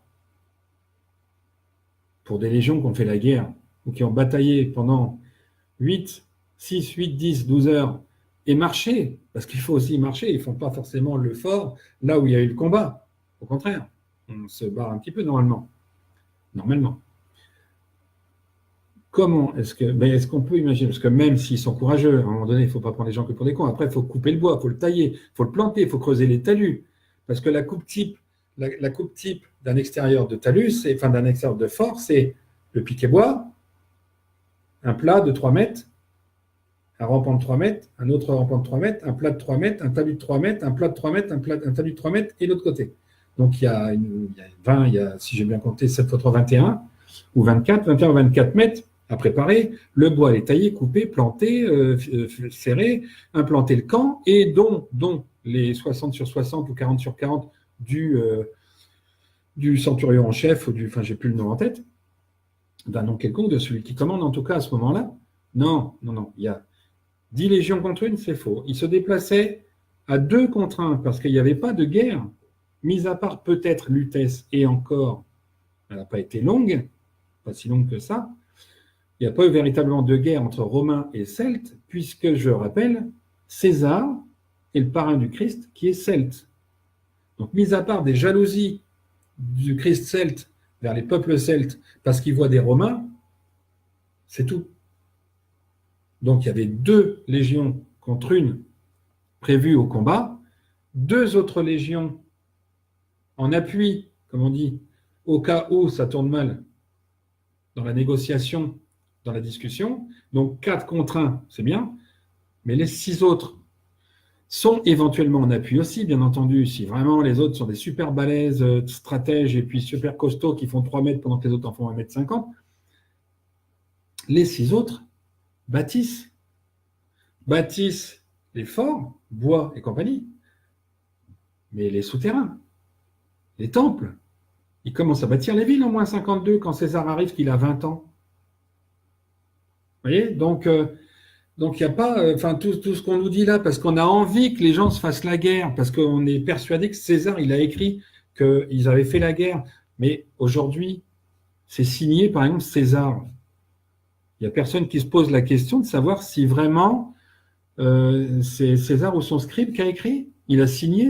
Est-ce que c'est sa signature? Est-ce qu'elle n'est pas imitée par quelqu'un d'autre? Sachant qu'Auguste, neveu de César, est jaloux du Christ, filleul de César. Mais non. Donc non, ça colle pas. Ça colle pas. Avec le reste, ça colle pas. Comment est-ce que sinon le temple dédié à la terre serait en forme de croix gaélique, comme je l'ai montré sur Facebook récemment? Comment est-ce que le cadran solaire romain serait -6 + 6, qui est une façon de fonctionner celte, c'est-à-dire qui prend le midi solaire comme base? J'en passe et des meilleurs. Donc voilà. Donc voilà. On prend pas, mais donc les Romains, voilà, ils ont bossé avec les Celtes, sauf un endroit, pas comme un autre, peut-être où il y a eu de la résistance, où on parle d'Astérix, c'est peut-être pas forcément en Bretagne, mais les Parisis de Camulogène, le père de Vercingétorix. Camulogène, chef des Parisis, c'est le père de Vercingétorix. Vercingétorix, il est de ce secteur-là, simplement il se retrouve à Alice-Sainte-Reine parce qu'il se marie avec la fille du chef local, que leur fille s'appelle Alysia. Voilà, leur fille s'appelle Alysia. Mais Alésia, la ville de combat, n'est pas là. Alysia, c'est le nom de la fille, de leur fille, de leur première fille, du scellement de 2 peuples énormes. J'ai plus le nom en tête de la tribu du côté d'Alysia, les Burgondes ou les... c'est peut-être bien les Burgondes, non? Je ne sais plus. Jean-Marie, je suppose, enchanté. Donc, vous voyez, voilà. Donc, les Romains, ils ont fait tout, ils ont construit, ils ont bâti. Alors, donc, maintenant, comment ils ont bâti?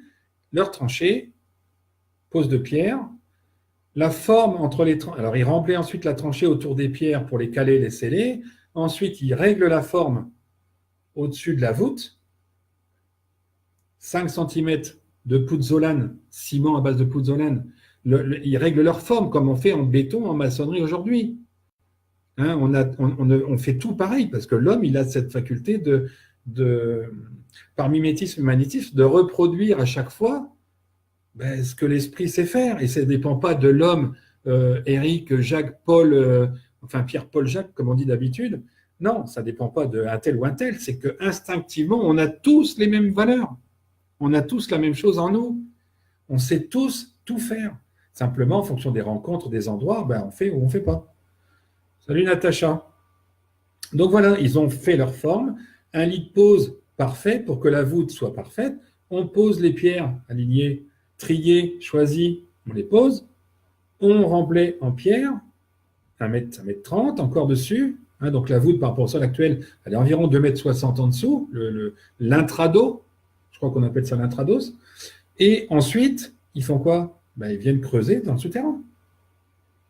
Coucou Natacha. Et une fois creusé le souterrain, ben, si ça ne tient pas, ben, ils reprennent par au-dessus et ils y redonnent une touche. Vous voyez, donc c'est relativement simple. Après, ça c'est pour un souterrain longitudinal, sachant que d'une ville à l'autre, il y a entre 1 et 6 galeries. De ville à ville, c'est 6 galeries. Ils roulent, on va dire, si on peut dire ça, ils roulent à gauche. Donc vous avez dans un sens à gauche, à l'extérieur, les chariots. Au milieu, vous avez les piétons. Et au centre, vous avez chariots, chevaux.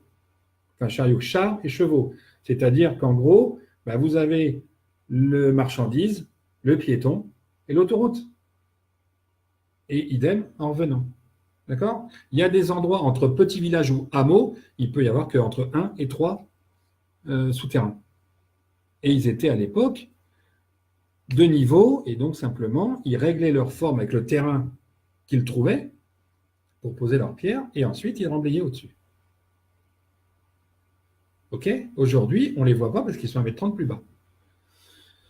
Enfin, 1,30 m, donc je le redis, en moyenne, 1,30 m plus bas. Pour ce qui est des endroits où il y a des temples et où, dans les villes, où il y a, en particulier dans les villes, où il y a 2 niveaux de sous-sol, au moins, voire 4 par moment.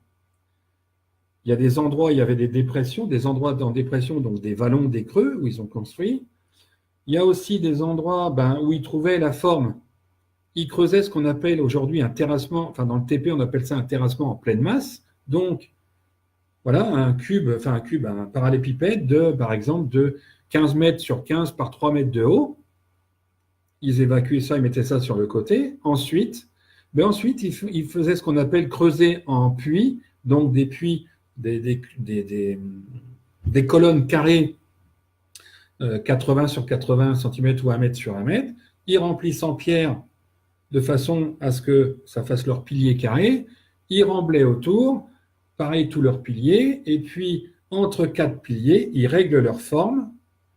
Vous voyez, vous imaginez une clé de voûte, une croisée de voûte, croisée d'ogive.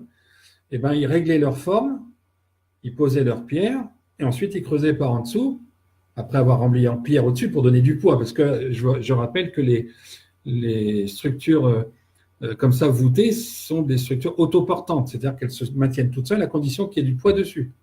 C'est pour ça que pendant l'Apocalypse, encore une fois, je parlais par rapport aux pyramides et au satanisme et compagnie, que le seul moyen de les renverser, c'était le tremblement de terre, les vibrations. D'accord?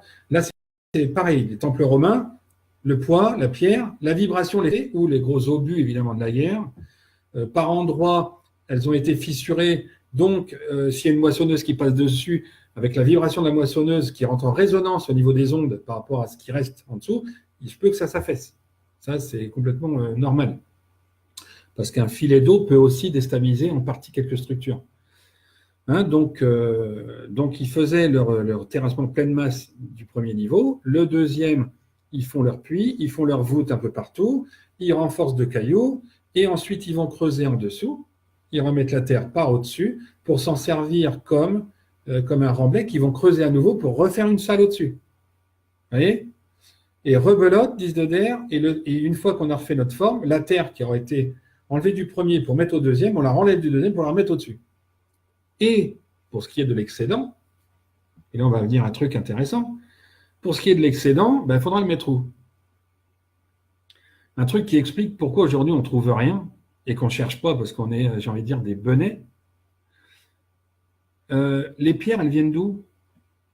Est-ce que vous avez une idée d'où viennent toutes ces pierres? Est-ce que vous avez une idée ne serait-ce que de la quantité de pierres qu'il faut pour faire une ferme de 200 mètres sur 200 mètres de long?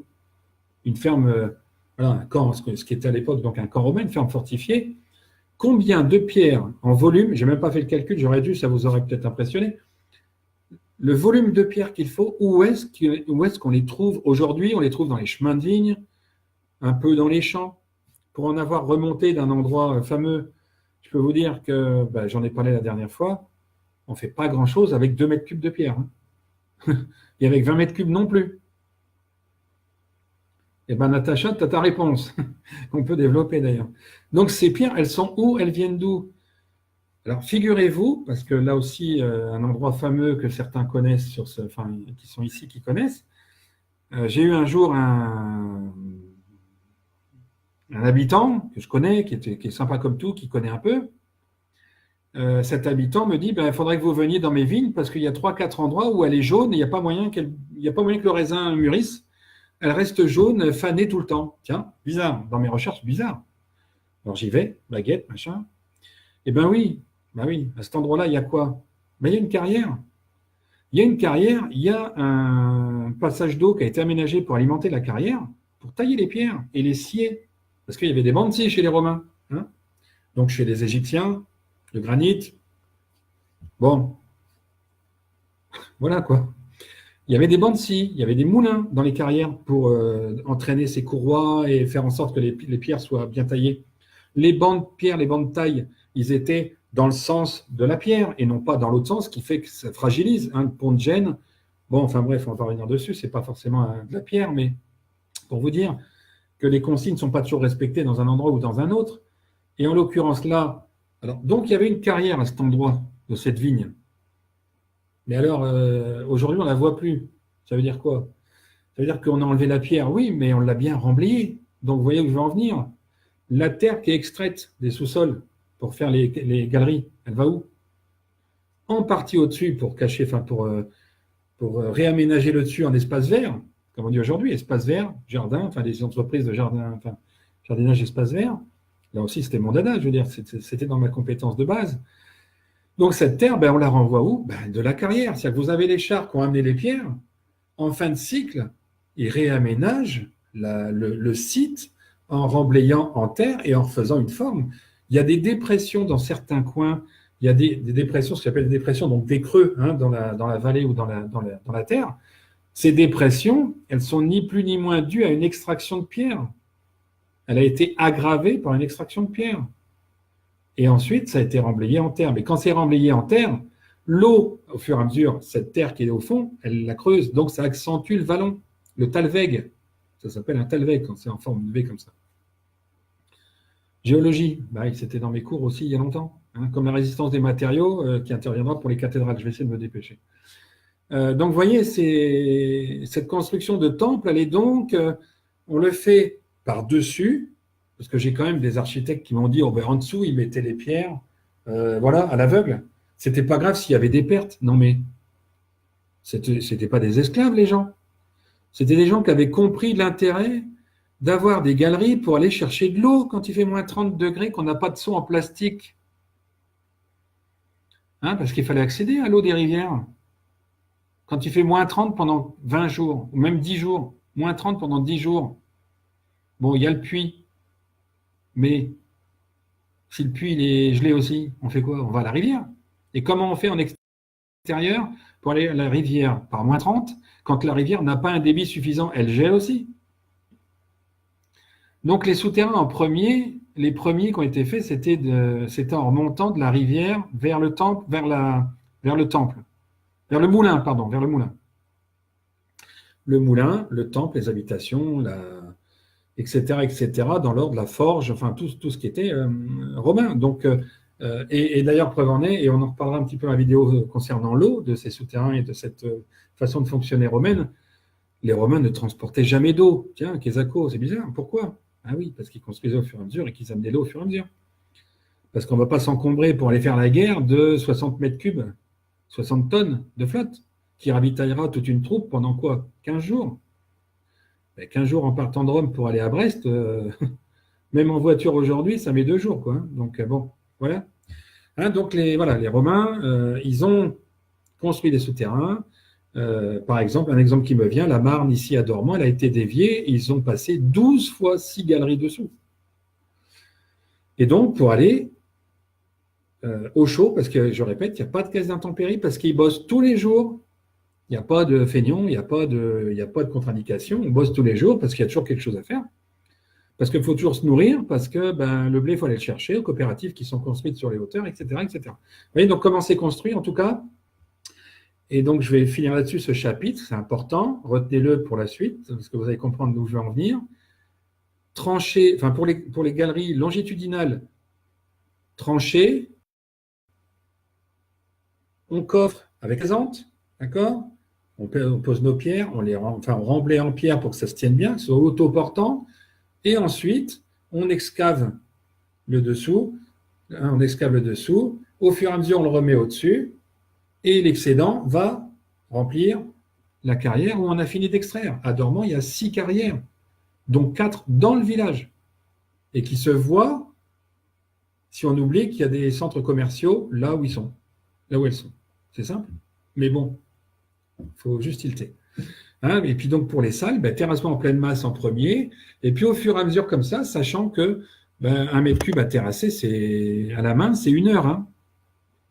Et sachant qu'il y avait de la main-d'œuvre en pagaille, il y avait 10 légions en même temps. Quoi. Donc, et il y en avait 6 qui bossaient qu'à ça. C'est comme ça qu'a commencé à être construite Arcadie, etc. Et donc, et c'est pour ça aussi que le secteur de Dormant a inclus à un moment donné 525 000 ouvriers. Ça ne pouvait pas être que des Romains. Hein. Et ils ont construit les 5 ou 6 villages autour, les galeries en dessous, enfin tout. Du castrum au silo et compagnie. Hein. Donc voilà, retenez bien le coffrage en terre pour leur voûte, sachant que c'est parce que c'est construit par au-dessus. D'accord? Bon, est-ce qu'il y a quelques remarques ou quelques questions au sujet alors oui, juste une petite photo, et là aussi je pourrais peut-être la mettre demain sur Facebook. J'ai Jean-Pierre, un ami qui m'a beaucoup aidé, qui est malheureusement décédé en début d'année dernière ou d'année d'avant, qui a matérialisé là comment ils avaient fait. Vous voyez ici, alors même si, alors là, le terrain n'est pas si haut, hein, il est quasiment à fleur. Mais terrassement, ce qu'on appelle terrassement en long green sur un devis aujourd'hui, ici remplissage en pierre, vous voyez, coffrage en terre, voûte, remplissage en pierre. Oh, j'arrive pas avec cette caméra, pardon. Hein. Et ensuite, on remblait un peu. Alors, c'est presque ça, mais pas loin, vous voyez. Est-ce que ça vous parle? Mais les galeries de Château-Thierry, Natacha, oui, c'est comme Dormant, c'est comme dans tous les villages et toutes les fermes, et partout pareil. Tout partout pareil. Tout. Ici, à Dormant, je pourrais vous faire une visite guidée de ces souterrains et compagnie pendant une journée complète à marcher et à aller voir à droite à gauche. Il n'y aurait pas assez d'une journée. Hein. J'ai mis 2 semaines à répertorier à peu près tout. Vous voyez, donc ce schéma, je le ferai passer demain, mais si vous le voulez en particulier, il n'y a pas de souci. Ça sera peut-être mieux si je fais le droitier d'ailleurs. Oui, c'est ça. En fait, c'est parce que j'ai fait un peu gaucher pour mélanger. Quoi. Bon, est-ce qu'il y a d'autres remarques pendant que je trie ça? Alors, Dormant à titre indicatif et pour aperçu, donc droitier, hein, on dit. À titre indicatif, ça donne à peu près ça en matière de souterrain. Avec un embranchement Y là qui donne là au-dessus du château. Enfin, j'arrive pas bien avec mes doigts, mais bon. Vous voyez? Et Dormant, c'est partout comme ça, sur des hectares et des hectares. D'accord? Bon, allez, on enchaîne sur les... S'il n'y a pas d'autres remarques, on enchaîne sur les cathédrales. Alors, vite, vite fait, pour ceux qui sont là depuis peu de temps, la pyramide, si j'y réfléchis, c'est parce qu'il y a ça. Alors là, on ne voit pas parce que, évidemment, elle est fermée. Hein, elle est fermée, l'ouverture était là, décidément. D'accord? La chambre inachevée est censée être accessible. Attendez voir, que je la trouve là. Là, il y a un trou là. Parce qu'en fait, la chambre inaccessible, elle est à peu près l'équivalent d'ici. Et après, vous avez les mines. D'accord? Bon, là encore, si vous voulez en savoir plus, il y a des photos que j'ai prises tous les 3 ou 5, 10 étages qui montrent que c'est une plateforme chantier, etc. Hein? Donc ça, c'est pour la pyramide. Pour les voûtes romaines, même si là, c'est incomplet parce que je commence beaucoup de choses sans avoir trop le temps de finir, là, décidément, là, vous avez une idée des voûtes romaines, alors pas quand elles étaient faites, mais de ce que ça donne après. Tout est rempli, coffré. Donc ça, c'est la place du marché souterraine, sur la place du marché de Dormant, sur le parking, il y a ça, qui permet d'accéder par les deux portes, là et là, au temple dédié à la terre. Allez, j'en ai trop dit là-dessus. Alors si je vous montre un peu en retard celle-là, c'est parce qu'il y a l'autre, pour enchaîner les cathédrales. Pour ceux qui n'avaient pas encore l'occasion d'avoir vu ou vu. Ok, une idée? Bon, ce n'est pas pour vanter le travail, c'est pour que vous aperceviez que la voûte n'est pas encore faite. Ok? Donc les cathédrales, comment est-ce qu'elles ont été faites? Comment et quand ça a commencé? Les premières, si vous pouvez regarder, alors les premières cathédrales, les premiers temples, en fait, remontent, les Romains avaient déjà des temples. Il y a des cathédrales mérovingiennes, enfin des cathédrales des églises, des temples mérovingiens, mais les premières cathédrales en tant que telles, elles remontent grosso modo au XIe siècle, je crois, si je ne dis pas de bêtises, et grosso modo, elles remontent au moment où un certain Robert le Magnifique revient des croisades. Le premier gros château digne de ce nom en matière gothique et compagnie, ça date de 1060, je crois. Non, même avant, peut-être bien du fin du Xe. Mais ça, c'est pareil, c'est écrit dans les livres, tout ça, vous le retrouvez dans les livres, en fait, hein, à peu près. Hein. Ce que je dis là, il y a une bonne partie qui se retrouve dans les livres. Là, j'y mets le lien, comme je disais l'autre fois, samedi soir. Donc, elles ont commencé à ce moment-là. Ça veut dire qu'elles ont commencé quand Robert le Magnifique, puis Guillaume le Conquérant, son petit-fils, si je ne dis pas de bêtises, ont eu entre les mains, ou ont vu au moins en partie les secrets. Les secrets de quoi? On y revient, de l'Arche d'Alliance, puisque l'Arche d'Alliance est à Jérusalem au moment où les croisades y sont parties. Je passe ce détail, ça fera l'objet d'un live, peut-être plus sur les Templiers. Templiers croisés, enfin la même chose en fait, hein, civil et militaire. Donc ça fera l'objet d'un autre live, bien évidemment, parce que je vous dis, tout est imbriqué, donc j'essaie de pas trop... donc les cathédrales ont commencé à se faire à ce moment-là, sans renfort au début. Et puis petit à petit, comme elles ne tenaient pas forcément bien, il y a eu ensuite les renforts. La question est, monter des colonnes, monter des murs, à la limite, c'est presque, ça peut paraître simple. Hein. Une grue, une girafe ou une grue d'époque, monter une pierre à 5 mètres, à 10 mètres, c'était faisable. Hein. Une pierre de 200, 500 kilos, c'était faisable. Le problème, alors une colonne, c'est bien. Le problème, c'est qu'une cathédrale, il y a par exemple à Reims. Est-ce que c'est Reims? Je ne sais même pas. En tout cas, vous avez l'exemple d'une église romane. Bon, gothique, c'est pareil. Hein, le principe de construction, c'est exactement la même chose. Hein. Imaginez,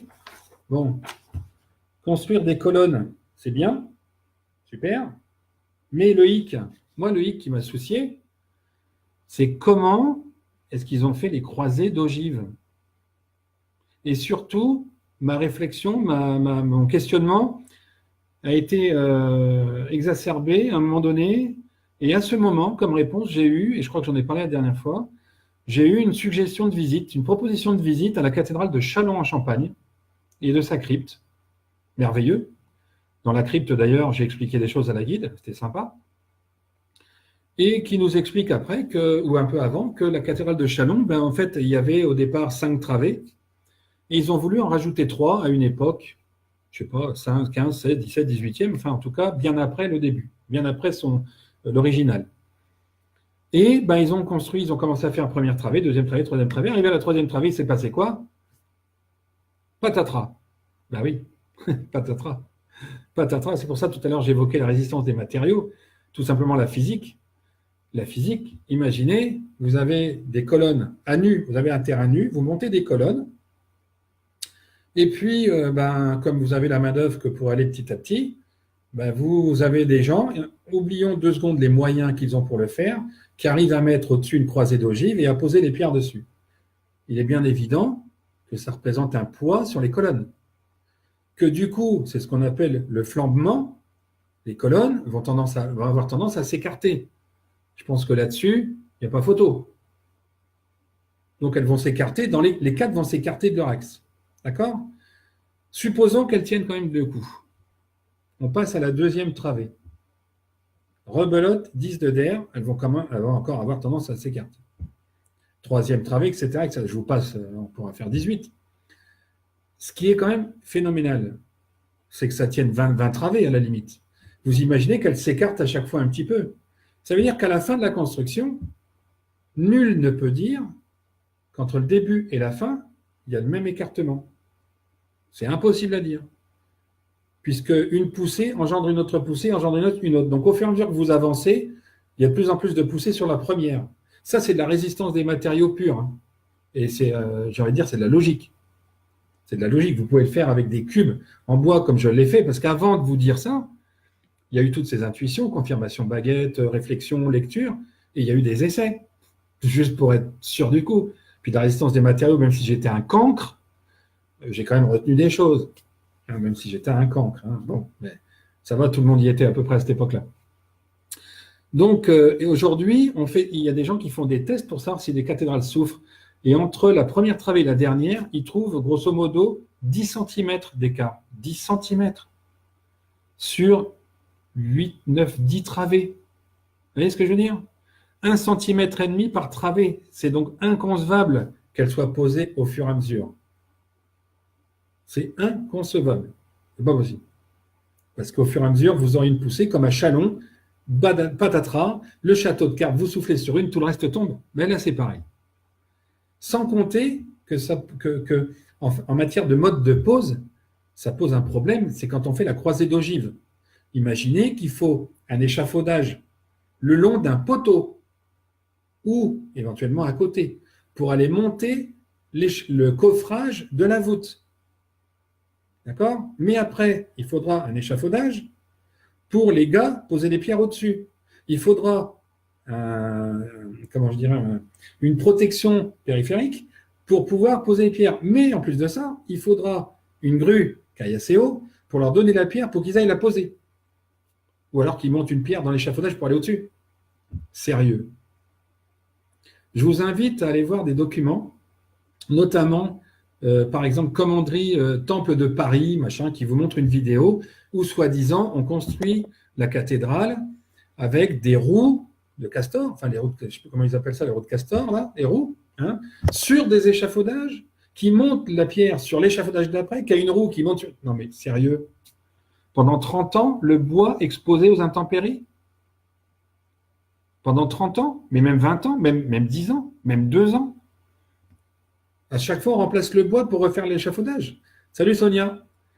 Non, mais à un moment donné, il faut arrêter. Et puis surtout, c'est pas gonflé à force, ça m'a presque fait pitié, c'est que ce documentaire commence son travail de documentaire une fois que la croisée d'ogive est montée. C'est-à-dire qu'il vous filme le truc. La croisée d'ogive, elle est déjà faite. On voit bien, c'est parce qu'ils ne savent pas. OK? Ils ne savent pas comment ça a été fait, ils ne peuvent pas savoir. Donc, partant des éléments que je viens de vous donner, effort, poussée, résistance des matériaux, l'intempérie, les échafaudages, soi-disant c'est cintré. Mais imaginez aller, pour ceux qui sont à Reims évidemment, mais sinon aller dans une église, une cathédrale, que ce soit à Soissons, à Reims, Amiens, Chartres, prenez comme exemple celles qui font 30-40 mètres de haut, où il y a des croisées d'ogives à 40 mètres de haut. Comment est-il concevable qu'on échafaude sur 40 mètres de haut, même s'il y a des renforts latéraux, et comment est-ce qu'on monte les pierres? Comment est-ce qu'on les pose à l'aveugle, puisque tout est coffré par en dessous? Sachant que, compte tenu des poussées, c'est ce que je viens de vous dire, il faudrait que toute la cathédrale soit coffrée. Parce que si vous coffrez une, vous posez les pierres, vous enlevez le coffrage pour coffrer le coup d'après. Au bout de 3, Bardi-Barda, comme on dit avec Noan, la cabane sur le quin. Est-ce que c'est clair? Salut Sonia. Est-ce que c'est clair? Vous voyez, il y a une incohérence. Alors maintenant, la question que vous vous posez peut-être, c'est comment ils ont fait? Qu'est-ce que je viens de vous dire chez les Romains? Même si ça paraît aberrant. Et là, ça paraît aberrant parce qu'eux étaient courageux et qu'ils n'avaient pas peur de bouger 10 000 mètres cubes. Aujourd'hui, pour bouger 10 000 mètres cubes, on appelle localement dans les Ardennes Urano, on appelle DTP terrassement en Afrique, on appelle, bref, tous les gros terrassiers pour bouger avec des dumpers et compagnie, des tombereaux et compagnie. Sauf qu'à l'époque, ils faisaient tout en pierre. Et là, on parle de construction en pierre. On ne parle pas d'autoroute où il faut bouger des volumes et raménager. Là, on parle de construction en pierre. Où est-ce qu'ils avaient les pierres pour monter une cathédrale? Vous imaginez ou pas? Un village entier de 100 personnes, même s'il n'y avait que 5 fermes. Il faudra que je refasse le calcul à l'occasion, ou faites-le si quelqu'un a le courage de le faire avec l'épaisseur et compagnie. Si ça me prend, je le ferai. Mais imaginez 5 fermes en pierre, combien ça coûte de volume, combien de terre il faut déplacer, de pierre il faut creuser. Et surtout, d'où elles viennent? Elles viennent, comme on l'a dit, de carrières.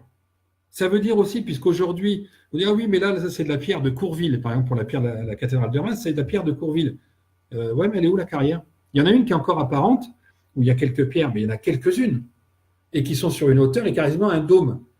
Ce qu'ils n'ont pas compris, c'est que c'est dans le creux qui est à côté, la carrière, qui a la dépression, et qui doit être bien plus importante que ce qu'on croit, puisqu'ensuite, une fois que la pierre elle est creusée, enfin elle est extraite, la terre, on va la remettre dessus pour refaire le champ et la culture et compagnie. Vous voyez ce que je veux dire?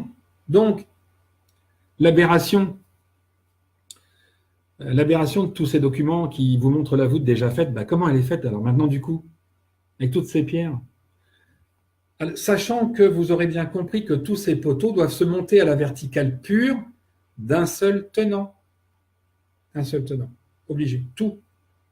Ça veut dire quoi? Qu'il faut qu'il soit maintenu en permanence? Quel est le seul moyen sûr et efficace pour qu'il monte? Alors là, c'est une question parce qu'il n'y a personne qui participe du coup. C'est une question, quel est le seul moyen pour que ces colonnes, ces piliers soient montés pile poil tout le temps? Parce que je vous rappelle que même si vous mettez un niveau au premier, la deuxième pierre, etc., puis que vous montez, à un moment donné, vous ne pourrez plus vérifier. Bon, vous attendez que je vous donne la réponse, c'est ça? Bon, ok. J'attends 5 secondes. 5, 4, 3, 2, 1. Non? Bon. Alors, avec ce que je viens de vous dire, l'exemple de Chalon, la façon de faire des Romains, la résistance des matériaux, la croisée d'ogives et les impossibilités que ça présente techniquement parlant, par rapport aux moyens qu'il faut, les intempéries, tout ça, j'en suis venu au raisonnement et que peu ont, mais il y en a qui l'ont quand même un petit peu, j'en ai entendu parler il n'y a pas très longtemps, que tout simplement, elles étaient montées au fur et à mesure que les blocs montaient sur premier niveau, on va dire le premier mètre, on monte toutes les pierres et toute l'implantation géographique, on la monte sur 1 mètre. Je prends 1 mètre aléatoirement, ça peut être 1,40 m. Excusez-moi, on s'en fout. Juste pour la démonstration, on va parler de mètre en mètre. On monte 1 mètre avec les moyens, la petite grue qui ne va pas trop, machin et tout. On monte le 2e mètre. À partir du 3e, il faudra commencer à surélever le matériel qui est en bas. Donc, qu'est-ce qu'on fait? On remplit de terre. On remplit de terre. On remplit de terre, de craie, de terre, de machin, de trucs.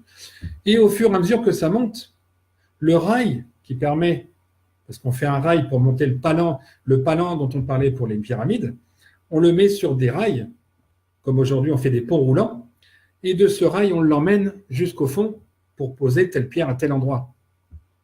Et ainsi de suite, on remonte la terre, on remonte le rail, on remonte la terre, on remonte le rail.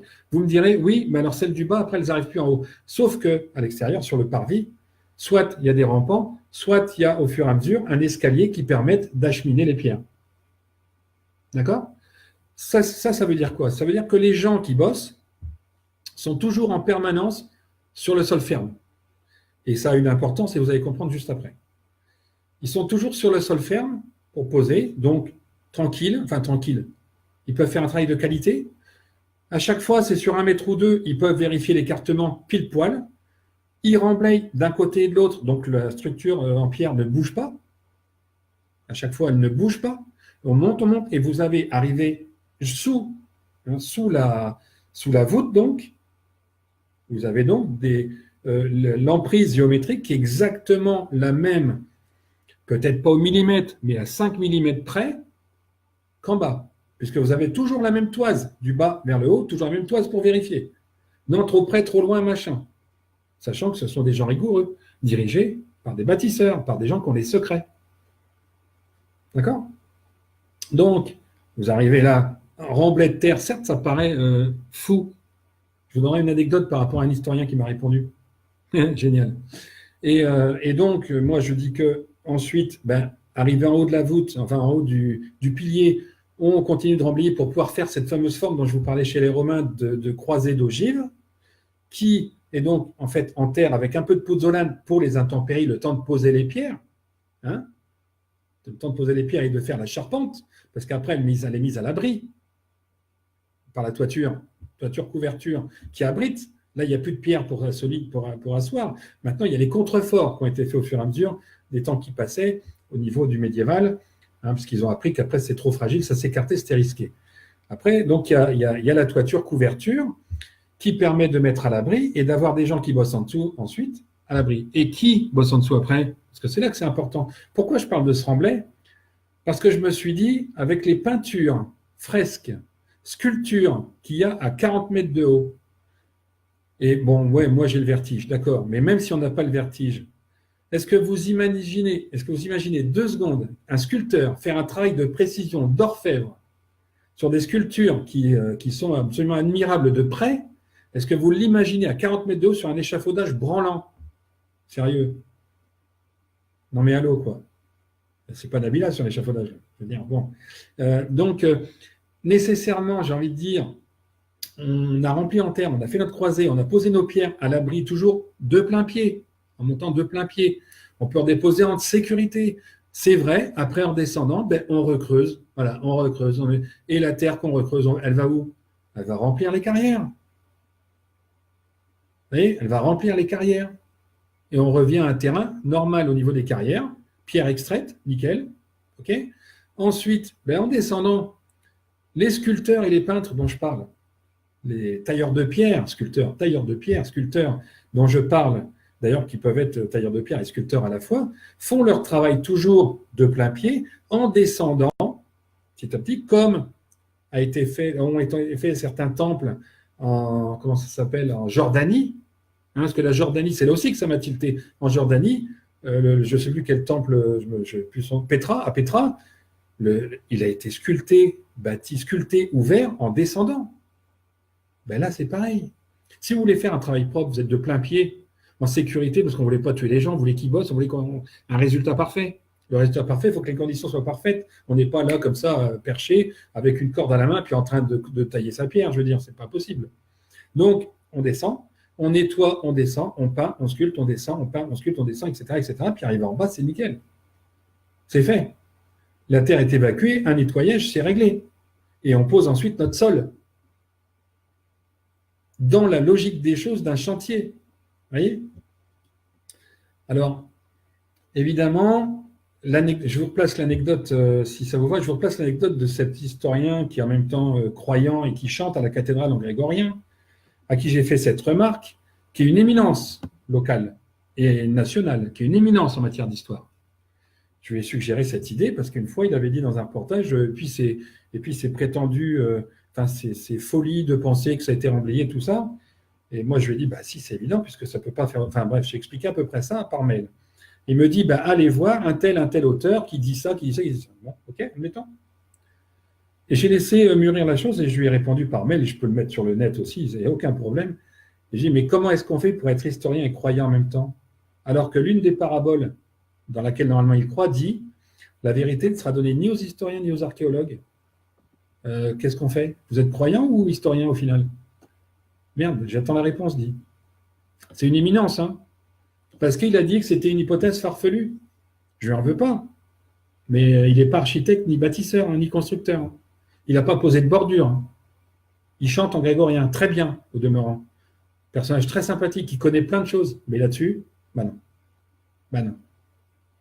Donc voilà, après, c'est mon affirmation. Alors pourquoi? Parce que ça reprend à la fois le mode de construction romain, en matière de temple. Je regarde l'heure en même temps, parce que je fais trop long peut-être. En matière de romains et des temples, croisée d'ogives, coffrets, et ça reprend au niveau pyramide les palans, d'amener des pierres comme en Égypte. C'est-à-dire que, alors après, alors attendez voir, carrière, donc j'en ai parlé, poussée, contre-poussée, résistance des matériaux, c'est fait. Grue, coffrage, sécurité, c'est fait. Chalon en Champagne, c'est fait. Vous voyez, sans le lire, donc c'était bien. Alors, si vous voulez, sauf si vous avez des questions tout de suite sur le sujet précis, cathédrale, mais on peut y venir juste après. En matière de conclusion, parce que c'est important, j'espère que ça vous a un peu instruit, c'est beaucoup dire, parce que est-ce que c'est la vérité? Moi, évidemment, je suis sûr que oui, mais à l'appui de ça, j'ai envie de dire que à l'appui de ça, j'ai envie de dire que les autres méthodes, personne n'en a jamais parlé. Et pour cause, imaginez 2 secondes, dans le monde de demain, est-ce que vous aurez laissé un papier qui explique comment est-ce qu'on ouvre une fenêtre, comment est-ce qu'on pose un parpaing? Oui, il y a des normes, machin, truc, mais si elles sont brûlées, comment on fait pour les transmettre? Comment est-ce qu'on fait pour dire comment je mets un truc dans le micro-ondes, quoi? Alors, il y a les notices, c'est vrai, qui peuvent rester. Mais à l'époque, il y avait des notices, mais on ne sait pas où elles sont, parce qu'elles sont dans les archives. Mais les archives, contrairement à ce qu'on dit ou ce qu'on croit, elles ne sont pas là où on cherche, et a fortiori, puisque ce n'est pas le moment de les sortir. Et que ces infos-là, on les a que par médiumnité, parce que c'est le moment de les dire et de les partager. Donc, ce qui, moi, me va, c'est que, après, évidemment, c'est personnel. Après, je vous ai convaincu ou pas, l'idée n'est pas là. L'idée, c'est d'éveiller, c'est d'ouvrir, c'est de voir quel est le rapport et que, en fait, tout ça, c'est très cohérent. Tout ça, c'est très cohérent. Donc, aussi bien pyramides que temples antiques ou cathédrales, elles ont toujours utilisé à peu près les mêmes moyens. Ce qui nous amène à conclure en matière de bâtisseurs, puisque c'était le sujet, d'où est-ce qu'ils tiennent ça? Ce savoir de la construction. Et on l'a dit au début. On l'a dit au début. Tout comme Rome s'est faite, tout comme Jérusalem s'est faite, tout comme Delphes ou Olympe ou le Parthénon, enfin, j'ai plus en tête.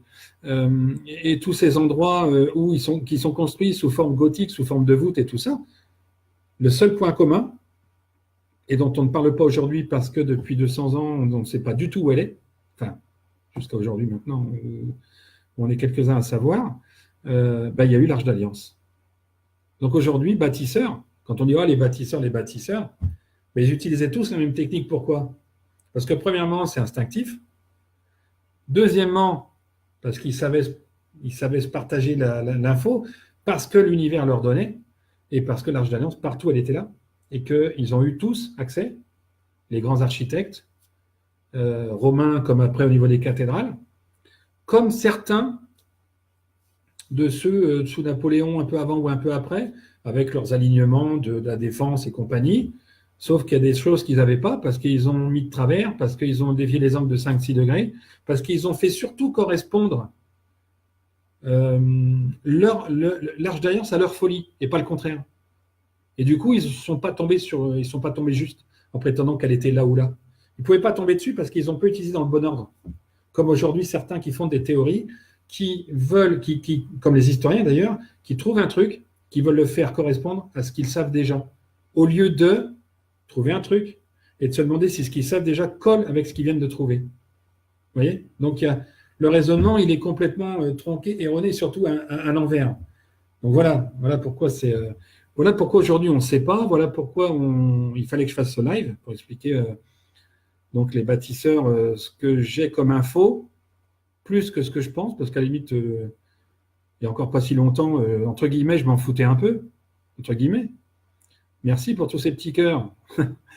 Donc je m'en foutais un petit peu, entre guillemets, parce que ce n'était pas forcément ce que je cherchais le plus. Je ne cherchais pas au départ.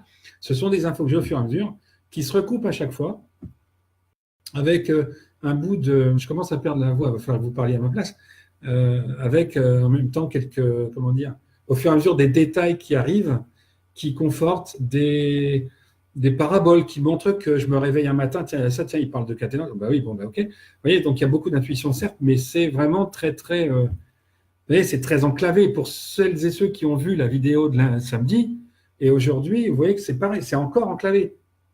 Alors, l'eau, l'énergie, samedi, ça sera peut-être un tout petit peu différent, mais quand on reprendra les Templiers et puis les Romains, peut-être faire un sujet à part. Voilà. Donc, les cathédrales, oui, elles étaient remblayées et coffrées pour être sculptées et compagnie. Après, oui, c'est une théorie qui ne plaît pas, parce que oui, mais c'est marqué nulle part. Mais vous imaginez, on ne va pas le dire. On ne va pas le dire. Mais d'où on a extrait la pierre? Où est-ce qu'on a mis la terre?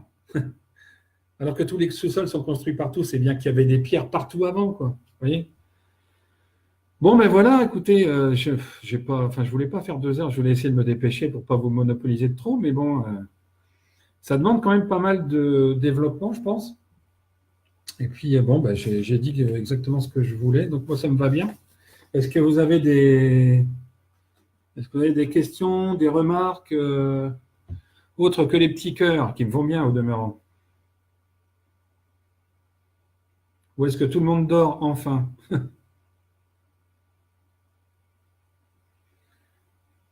No question. Où est-ce qu'il faut que j'écrive?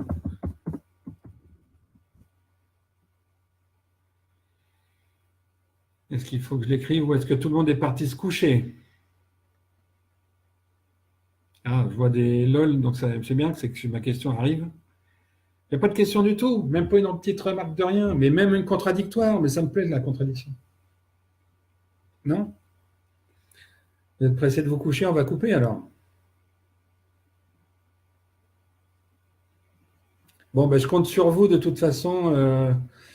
Bon, cette vidéo, elle sera, je pense, à nouveau enregistrée pour être diffusée sur YouTube.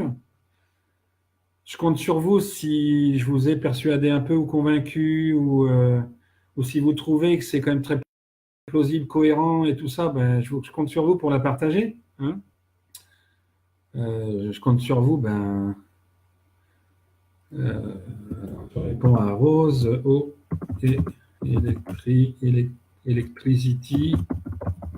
Mince. J'ai les doigts qui bug, pardon. Électricité.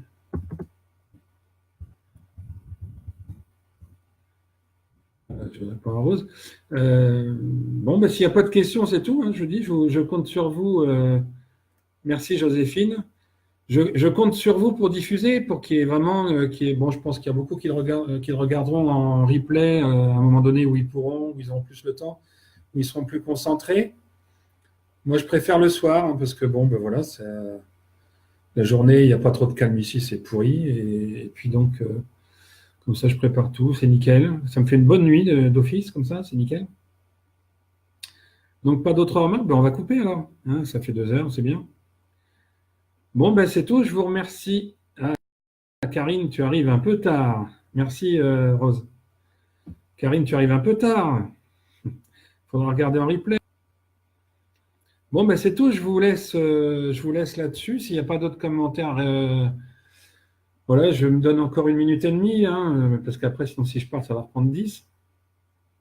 Mais voilà, merci en tout cas pour toutes celles et tous ceux qui ont participé ce soir, qui étaient là, qui étiez là. Merci Isa, bonne nuit. Merci de votre participation. Puis s'il y a des remarques, même demain, après-demain, n'hésitez pas. Hein, la porte est ouverte à compléter éventuellement ce qui est dit, si c'est pas bien dit ou s'il faut. Allez, je vous laisse alors, on éteint tôt. Merci tout le monde, des bisous, bonne soirée, bonne nuit, et puis bah, très vite sur la toile. Allez, ciao, bisous.